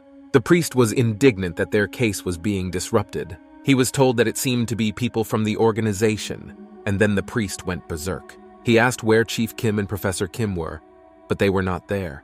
The priest became angry and smashed the pulpit because he was betrayed. He ordered the others to spray the water quickly, but was told that it was not yet fully tested. For this, the priest broke the head of a woman who did not want to obey orders. He shouted and said that no one else would brainwash people, only he would. The priest told the other man to carry out the order. He began to pray to God and ask for a blessing. After that, water began to drip from the ceiling, and then abruptly it sputtered. People believed that these were the tears of God and happily drank this contaminated water. After that, they all began to turn into monsters. Their bones were breaking, they were becoming defective. The priest ordered the monsters to drink more water and protect him by killing the evil. In his head, the man hoped that he would have enough time to escape from the room. Meanwhile, in the corridor, we heard a creak from the hood. Seo-hee and the detective finally get out of the ventilation shaft. Suddenly, we started hearing explosions. It was very loud. The detective looked at Seo-hee, who was shaking with fear, and he realized that he had to protect the girl. Suddenly, he overheard the men who had left the room talking about the association that had finally found them. The men noticed Seo-hee and the detective. One of them asked his partner if this was the girl they were supposed to bring. Then the detective pulled out a gun and threatened him. Suddenly, the monster's large tentacles flew at the man. The detective flew at breakneck speed into the wall. His mouth was bleeding. Seo-hee screamed because she realized that the only defense she had just disappeared. 2 men turned into monsters and stood over Seo-hee, planning to take her away. She was shaking and could not understand what was wrong with these people. Then the monster lifted the girl by her hair, and the other ordered her to be careful with her, because she was their toy. Suddenly, someone from behind asked the guys what they were doing here. It turned out that it was Junsu. The boys began to warm up to him and invite him to their parties. Junsu's eyes turned yellow and he asked what the monsters were doing here and called them idiots. The men got angry and threatened the teenager, challenging him to a fight. They continued to humiliate Jungsu when suddenly the face of one of them was cut by a spine. His friend got angry and wanted to stand up for his partner, but a gun was put to his forehead. After that, there was a loud explosion and the guy flew to the floor. Junsu looked at this and asked if talking was really more valuable than life. He passed between the bodies of the boys. Suddenly, The man opened his mouth as if he were still alive. Then, Jung-soo turned and shot the guy again. Afterward, the teenager thanked Seok-yeol out loud and said that he had taught him for life. So-hee looked at this, trembling and hysterical. Jung-soo didn't expect to see her here, and then realized that she was a victim. Then, So-hee started to choke and said that she was short of breath. Memories of holding his sister, who also had difficulty breathing, suddenly surfaced in the teenager's mind. Jun-soo looked at Seo-hee and cold sweat dripped down his face. He did not believe that he was really doing it. Jun-soo entered the room, holding So-hee on his shoulder. He laid her on the floor. She still couldn't breathe. After that, Jun-soo gave her a black cloth and told her to put it to her mouth and breathe slowly. Seo-hee politely followed the boy's instructions. Then he said that his sister had often had such seizures before. He explained why he had such seizures and how he had to cope with it. Seo-hee suddenly turned her face up and looked at her rescuer. After that, she thanked Jung-soo, which made the guy twitch. The guy decided to get back into his character and said that the girl had imagined a lot. Because she would not get out of here alive. No one would save her. But Seo-hee was not afraid. She just smiled and thanked Jung-soo again for his help. The guy was shocked that the girl never came around. Then, Jung-soo called someone and said that he was in the underground laboratory and the sample had been delivered. Then he called out Seok-yeol's name and asked if he was supposed to take care of him. The conversation was overheard by So-hee. Jun-soo noticed this and came up with a brilliant idea. He asked Seo-hee if she wanted to see Seok-yeol and offered to arrange a meeting. The girl was overwhelmed with emotions. She really wanted to see Seok-yeol. Then, Jung-soo bent down to her and said that those people would cut everyone down and spare no one. So-hee was scared for her friend. Jun-soo was angry that the girl didn't understand anything. He said that the Seok-yeol she knew was long gone. Seo-hee suddenly remembered the moments when Seok-yeol had indeed behaved differently than usual. And then when he was being carried after an incident at school. Suddenly, Jung-soo's eyes turned yellow and he said that Seok-yeol was a monster like him, who ate and killed people. Seo-hee covered her ears with her hands and refused to believe anything. Jun-soo said that ordinary people will never understand this. He added that he would give the girl another chance and handed her the contaminated water, saying that she had a side effect. But then she could become one of them. Meanwhile, the fight between the defective and the organization continued. A sword was stabbed into the man's drugged body. That was Seok-yeol. He still hadn't transformed and was fighting evil with his bare hands. He immediately took a swing at another monster. He stabbed him with his sword, and then he received an electric shock, and he electrocuted the defective. After that, he fell loudly to the ground. Seok-yeol approached the body. The monster was still alive and begging for mercy. After that, the teenager simply stood on his head and crushed it. Seok-yeol acted automatically without using his senses. All he could think about was the fact that there were many more monsters than he thought. But first, he had to find Jung-soo and strangle him with his bare hands. Others were no better off. Monsters were attacking the organization and did not understand how they found them. Jong-hye spread her clawed wings and waited for the attack. She controlled her body with skill and ease. So I quickly dealt with these monsters. Her face looked brave, without a drop of fear. The girl knew exactly what she was doing. Monsters were exterminated one by one, but behind her was a defective one. The girl looked around and saw that everything was clean in front of her. She turned around and left, because there were no survivors. Suddenly I heard a loud whistle. Jong-hye's face was about to be touched by the monster's tongue. She didn't have time to react and was frightened. Suddenly someone grabbed my tongue. It was Seok-yeol, who had just saved Jung-hye with a calm face. He just asked the girl how she was, holding the monster's tongue calmly. But Jung-hye blushed and yelled at Seok-yeol that he shouldn't have worried about her because she didn't need help. The two boys watched and discussed that Seok-yeol was really very strong. He killed everyone and didn't even transform or get wounded. While Jong-hye was ordering Seok-yeol to give her the bars from her briefcase, someone called her on her earpiece. Jong-tae spoke to her and asked for reinforcements, as they were dealing with the defective ones who had been sprayed with water. The boy barely managed to dodge the monster's paws and added that Seok-yeol should join him. Jong-hye listened to this with a calm face as she ate the bars. She told Seok-yeol that Jung-tae needed him and suggested that they split into 2 teams. But the guy said he had to find Jun-soo first. Jong-hye called him an idiot because he didn't even know where the guy was. And then she handed Seok-yeol a GPS and advised him to look for places where their team hadn't been before. Then she wished the teenager to fulfill all his dreams and smiled sweetly. The guy was walking along a corridor. He was looking at the navigator, and there was absolute silence in the corridor. Suddenly, Seok-gyo heard a sound. He opened the door to the room, and there was no one there. Suddenly, a detective attacked him with a pipe. But Seok-gyo had a very strong reaction and grabbed his weapon before he struck. He pushed the man against the wall and wanted to attack him back. Suddenly, his aggression decreased when he recognized the detective. The man also did not expect to see Seok-gyo here. The teenager grabbed him by the neck and lifted him up. His aggression increased again, and he attacked the man with questions about whether he was also a superhuman from a religious organization. The detective could barely speak, but he was able to explain that he was looking for Kim Dong-jun, who was working on the Seok-gyo case. After that, the teenager simply threw the man to the floor. The detective was shaking with pain. Seok-gyo seemed to believe him and asked him if he was sure he had nothing to do with the monsters. Afterwards, Seok-gyo noticed the man's wounds and said that he had to go to the hospital immediately. It is incredible how two completely different people were combined in a teenager, a ruthless killer and an absolute empath. But the detective ignored the guy's words and asked him what he was doing here and how he was connected to the sect. Seok-gyo became angry and shouted that the detective had already seen too much and he still didn't have enough. He then advised him to stay out of it. He told the detective not to walk around here looking for death and to go home, forgetting everything he saw. Seok-gyo calmed down because he had intimidated the man enough and said that he would show him the way out of the room, but the detective refused. He said that he wouldn't be able to leave here alone because Seo-hee was also with him and she was captured. At this, Seok-gyo's eyes widened.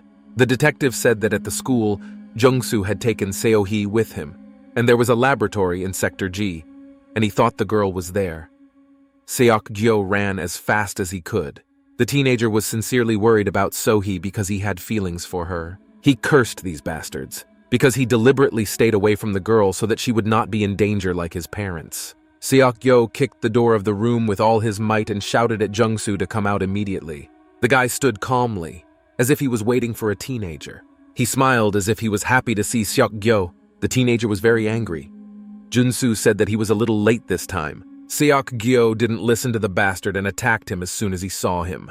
The teenager hit Jun-soo in the face so hard that he flew backwards. And then he grabbed him by the neck. He pushed his face down to the floor. Jung-soo released his spine paws into Seok-gyo, but the teenager had time to react. After that, Jung-soo swung at the teenager with his fists. But Seok-gyo intercepted his punch and knocked him to the ground. Jun-soo fell loudly to the floor. Seok-gyo immediately started punching him. Jung-soo defended himself at first, but eventually he ran out of strength.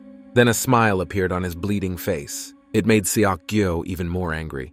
He grabbed the bastard Jun-soo by the collar and ordered him to shout and tell him where So-hee was. The guy told Seok-gyo that he couldn't just let someone who had seen superhumans go.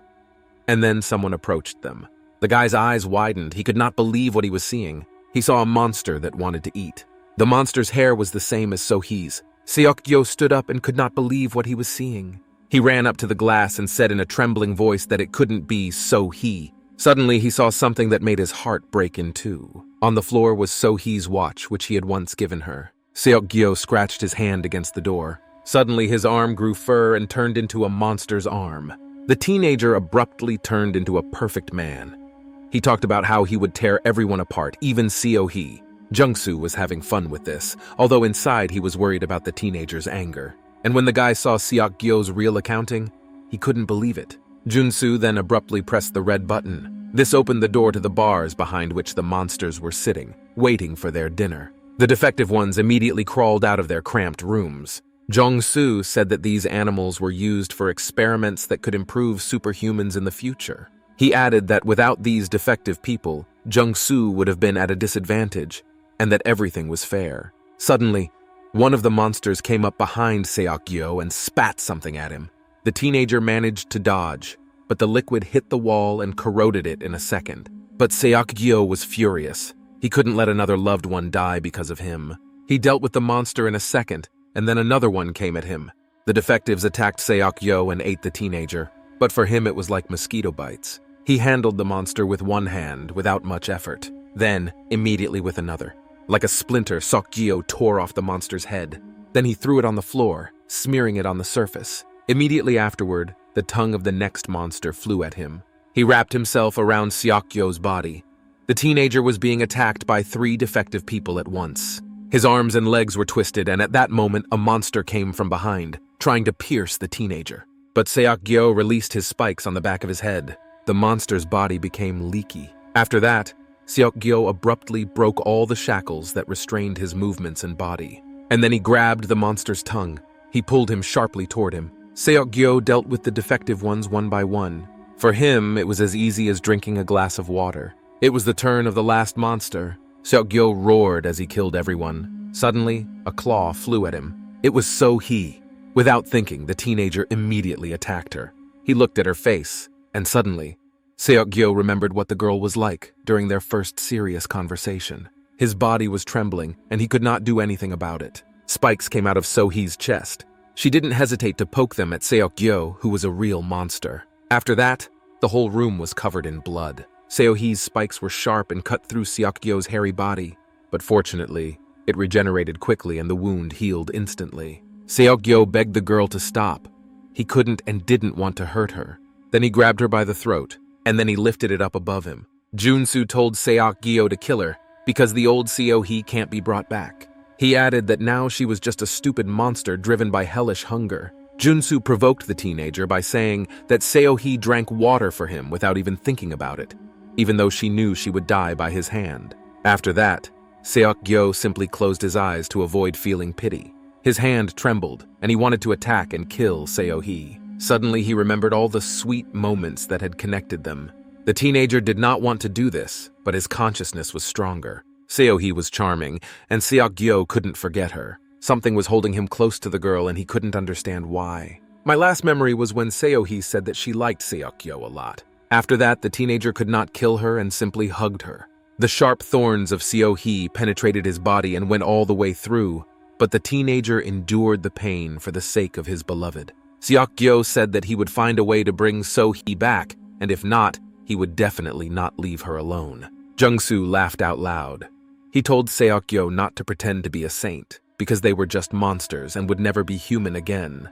But Seok-gyo didn't listen to Junsu and hugged the girl even harder. Then the guy said that in that case he would kill them both together. Suddenly, Seok-gyo heard a familiar voice shouting his name. Junsu could not believe his eyes. Seo-hee ran into the room and loudly recoiled. Her hands were handcuffed and bloody, and she was telling Seok-gyo to run. The teenager couldn't believe his eyes and was extremely happy to see his beloved alive. Jung-soo became angry and attacked Seok-gyo with a scream. Then, the head of the monster he thought was Seo-hee passed through the boy's body. Blood flowed from Seok-gyo's mouth. On the other hand, Junsu stuck his paws into the boy's body. He asked if it was hard for Seok-gyo to move when the blood was gushing from his body. But the teenager could not die. A new breath opened in him to save Seo-hee. Junsu said that he wanted to show Seo-hee the real account of Seok-gyo, but the plan changed, and now the teenager had to watch his closest person die. Seok-gyo shouted that Jung-soo shouldn't even touch her hair because the girl had nothing to do with it. The teenager's wound was not healing and blood was still pouring out of it, but he got back on his feet anyway. Then, the teenager noticed a briefcase with bars that could give him the strength to deal with Jung-soo. The guy approached So-hee and the girl was shaking with fear. She closed her eyes and prepared to die. Suddenly, Seok-gyo's fist flew into Junsu's face. The guy was knocked to the floor by such a blow. Seok-gyo was very angry and his power became even stronger. He grabbed Junsu's paw. After that, he simply tore it out of the guy's body. And then Seok-gyo grabbed Jung-soo's head with both hands and began to squeeze. Foam flowed from the offender's mouth. Then Seo-hee screamed out Seok-gyo's name. The teenager shivered as if he had regained consciousness. The girl said she was fine and smiled sweetly, although she was shaking. Seok-gyo saw her hands, which were bleeding. He wanted to get closer to So-hee to help, but he stopped because he saw his monster paw and realized that he couldn't approach it in that form. Seok-gyo started yelling at her to stay away from him. She didn't understand what was happening. The teenager turned his back on her so that she couldn't see his face and said that he was a monster, so So-hee shouldn't have approached him. But the girl disobeyed and reached out to Seok-gyo. After that, she just hugged the teenager. Seok-gyo couldn't believe what was happening. He was so afraid that the girl would hate him if she knew who the guy really was. Seo-hee cried and said that Seok-gyo was not a monster because people are much scarier than him. She added that he had risked his life for her, and people with such a good heart couldn't be monsters. Seok-gyo turned to her and asked why she wasn't afraid of him. Seo-hee smiled sweetly at him and told him that he had been through too much alone and apologized for not seeing it right away. Suddenly, Seok-gyo shivered. Tears began to flow from his eyes and the teenager cried loudly. He suddenly realized why he loved Seo-hee so much. She was stronger and kinder than anyone else. And then, Seok-gyo fell into the girl's arms and sobbed, saying how much he missed Seo-hee. The girl hugged the guy and offered to leave together in a sweet voice. Meanwhile, Seok-gyo had transformed back into a human being. He was completely naked, both inside and out. Seo-hee had made it clear to him so many times that he was still human. Meanwhile, the organization coped with everything and came back. Jong Hae spoke through headphones and was asked where Seok-gyo was. The girl said he went to look for the person who killed his parents. Then she was told that for a superhuman, the teenager had too many feelings. He added that Seok-gyo was acting like a normal person. This caused Jung-hye's eyes to widen dramatically, but she pulled herself together and said that it looked like the guy had something to hide from them. Then she was asked if she was in love with Seok-gyo. The girl exploded again and turned off the conversation as quickly as possible. They had another mission, to catch the head of this organization. Jung-hye realized that she had to get a share of the reward. The priest was surrounded by superhumans and shouted at them to get away from him, but the team just laughed at him because they mistook the man for a sick fanatic. Then the priest began to transform into a superhuman. The man's entire body began to deform. Then the priest roared when he finished the transformation. The other superhumans could not believe their eyes, because the report did not say that the priest was a perfect species. He abruptly grabbed one of the attackers, and then another one. He held them with his tongue. Then he just ate them all at once. Superhumans began to give out advice on how to cope with the perfect species and where its weaknesses were. Several superhumans attacked the priest at once, but he threw them aside in one fell swoop. The guys landed and just flattened out on the surface. Jong Hae saw this and realized that they had to hold out until reinforcements arrived. Because there were too many victims, it was impossible to get close to him. They had to use the monster's sluggishness. Jong-hye then shouted for them all to attack his legs, because then they could use his weight against him. The superhumans threw all their strength together and wrapped the monster's giant paws around them. After that, they pulled. It worked, and the priest really began to fall to the ground. Then there was a loud sound and the monster fell to the floor. The superhumans suddenly attacked him with all their might to hold the priest. Jong Hae realized that they would not last long, and there were still no reinforcements. Then something began to crawl out of the priest's body. It turned out that he hid his hands and grew them on his back. The team had serious problems. Jong-hye realized that something terrible was about to happen. Suddenly, someone let their paws loose by cutting the monster's body with them. The priest was furious and called his offender names. After that, he got another one, but this time in the face. It turned out that their savior was Gu-hyo, who stood there with the calmest face possible. Its arm was huge, with many sharp tentacles that had a blade at the end. Although Jong-hye was glad that she hadn't just died, she didn't show it as usual. The girl asked why he hadn't come earlier. The guy replied that he had collected the necessary information and sent it to the association. And then he added that tomorrow the news would tell about the explosion, so they had to clean up everything here. Jong-hye asked what happened to Dr. Kim and Police Officer Kim. Gu-hyo said that they offered to turn themselves in exchange for pardons. The guy added that they were very interested in the subway experiment, so they would only benefit from the agreement. Jong-hye remained silent. Then, Gu-hyo asked if it was Seok-gyo she was worried about. She responded with a very strange and emotional reaction. Gu-hyo smiled, knowing that Jong-hye was in love.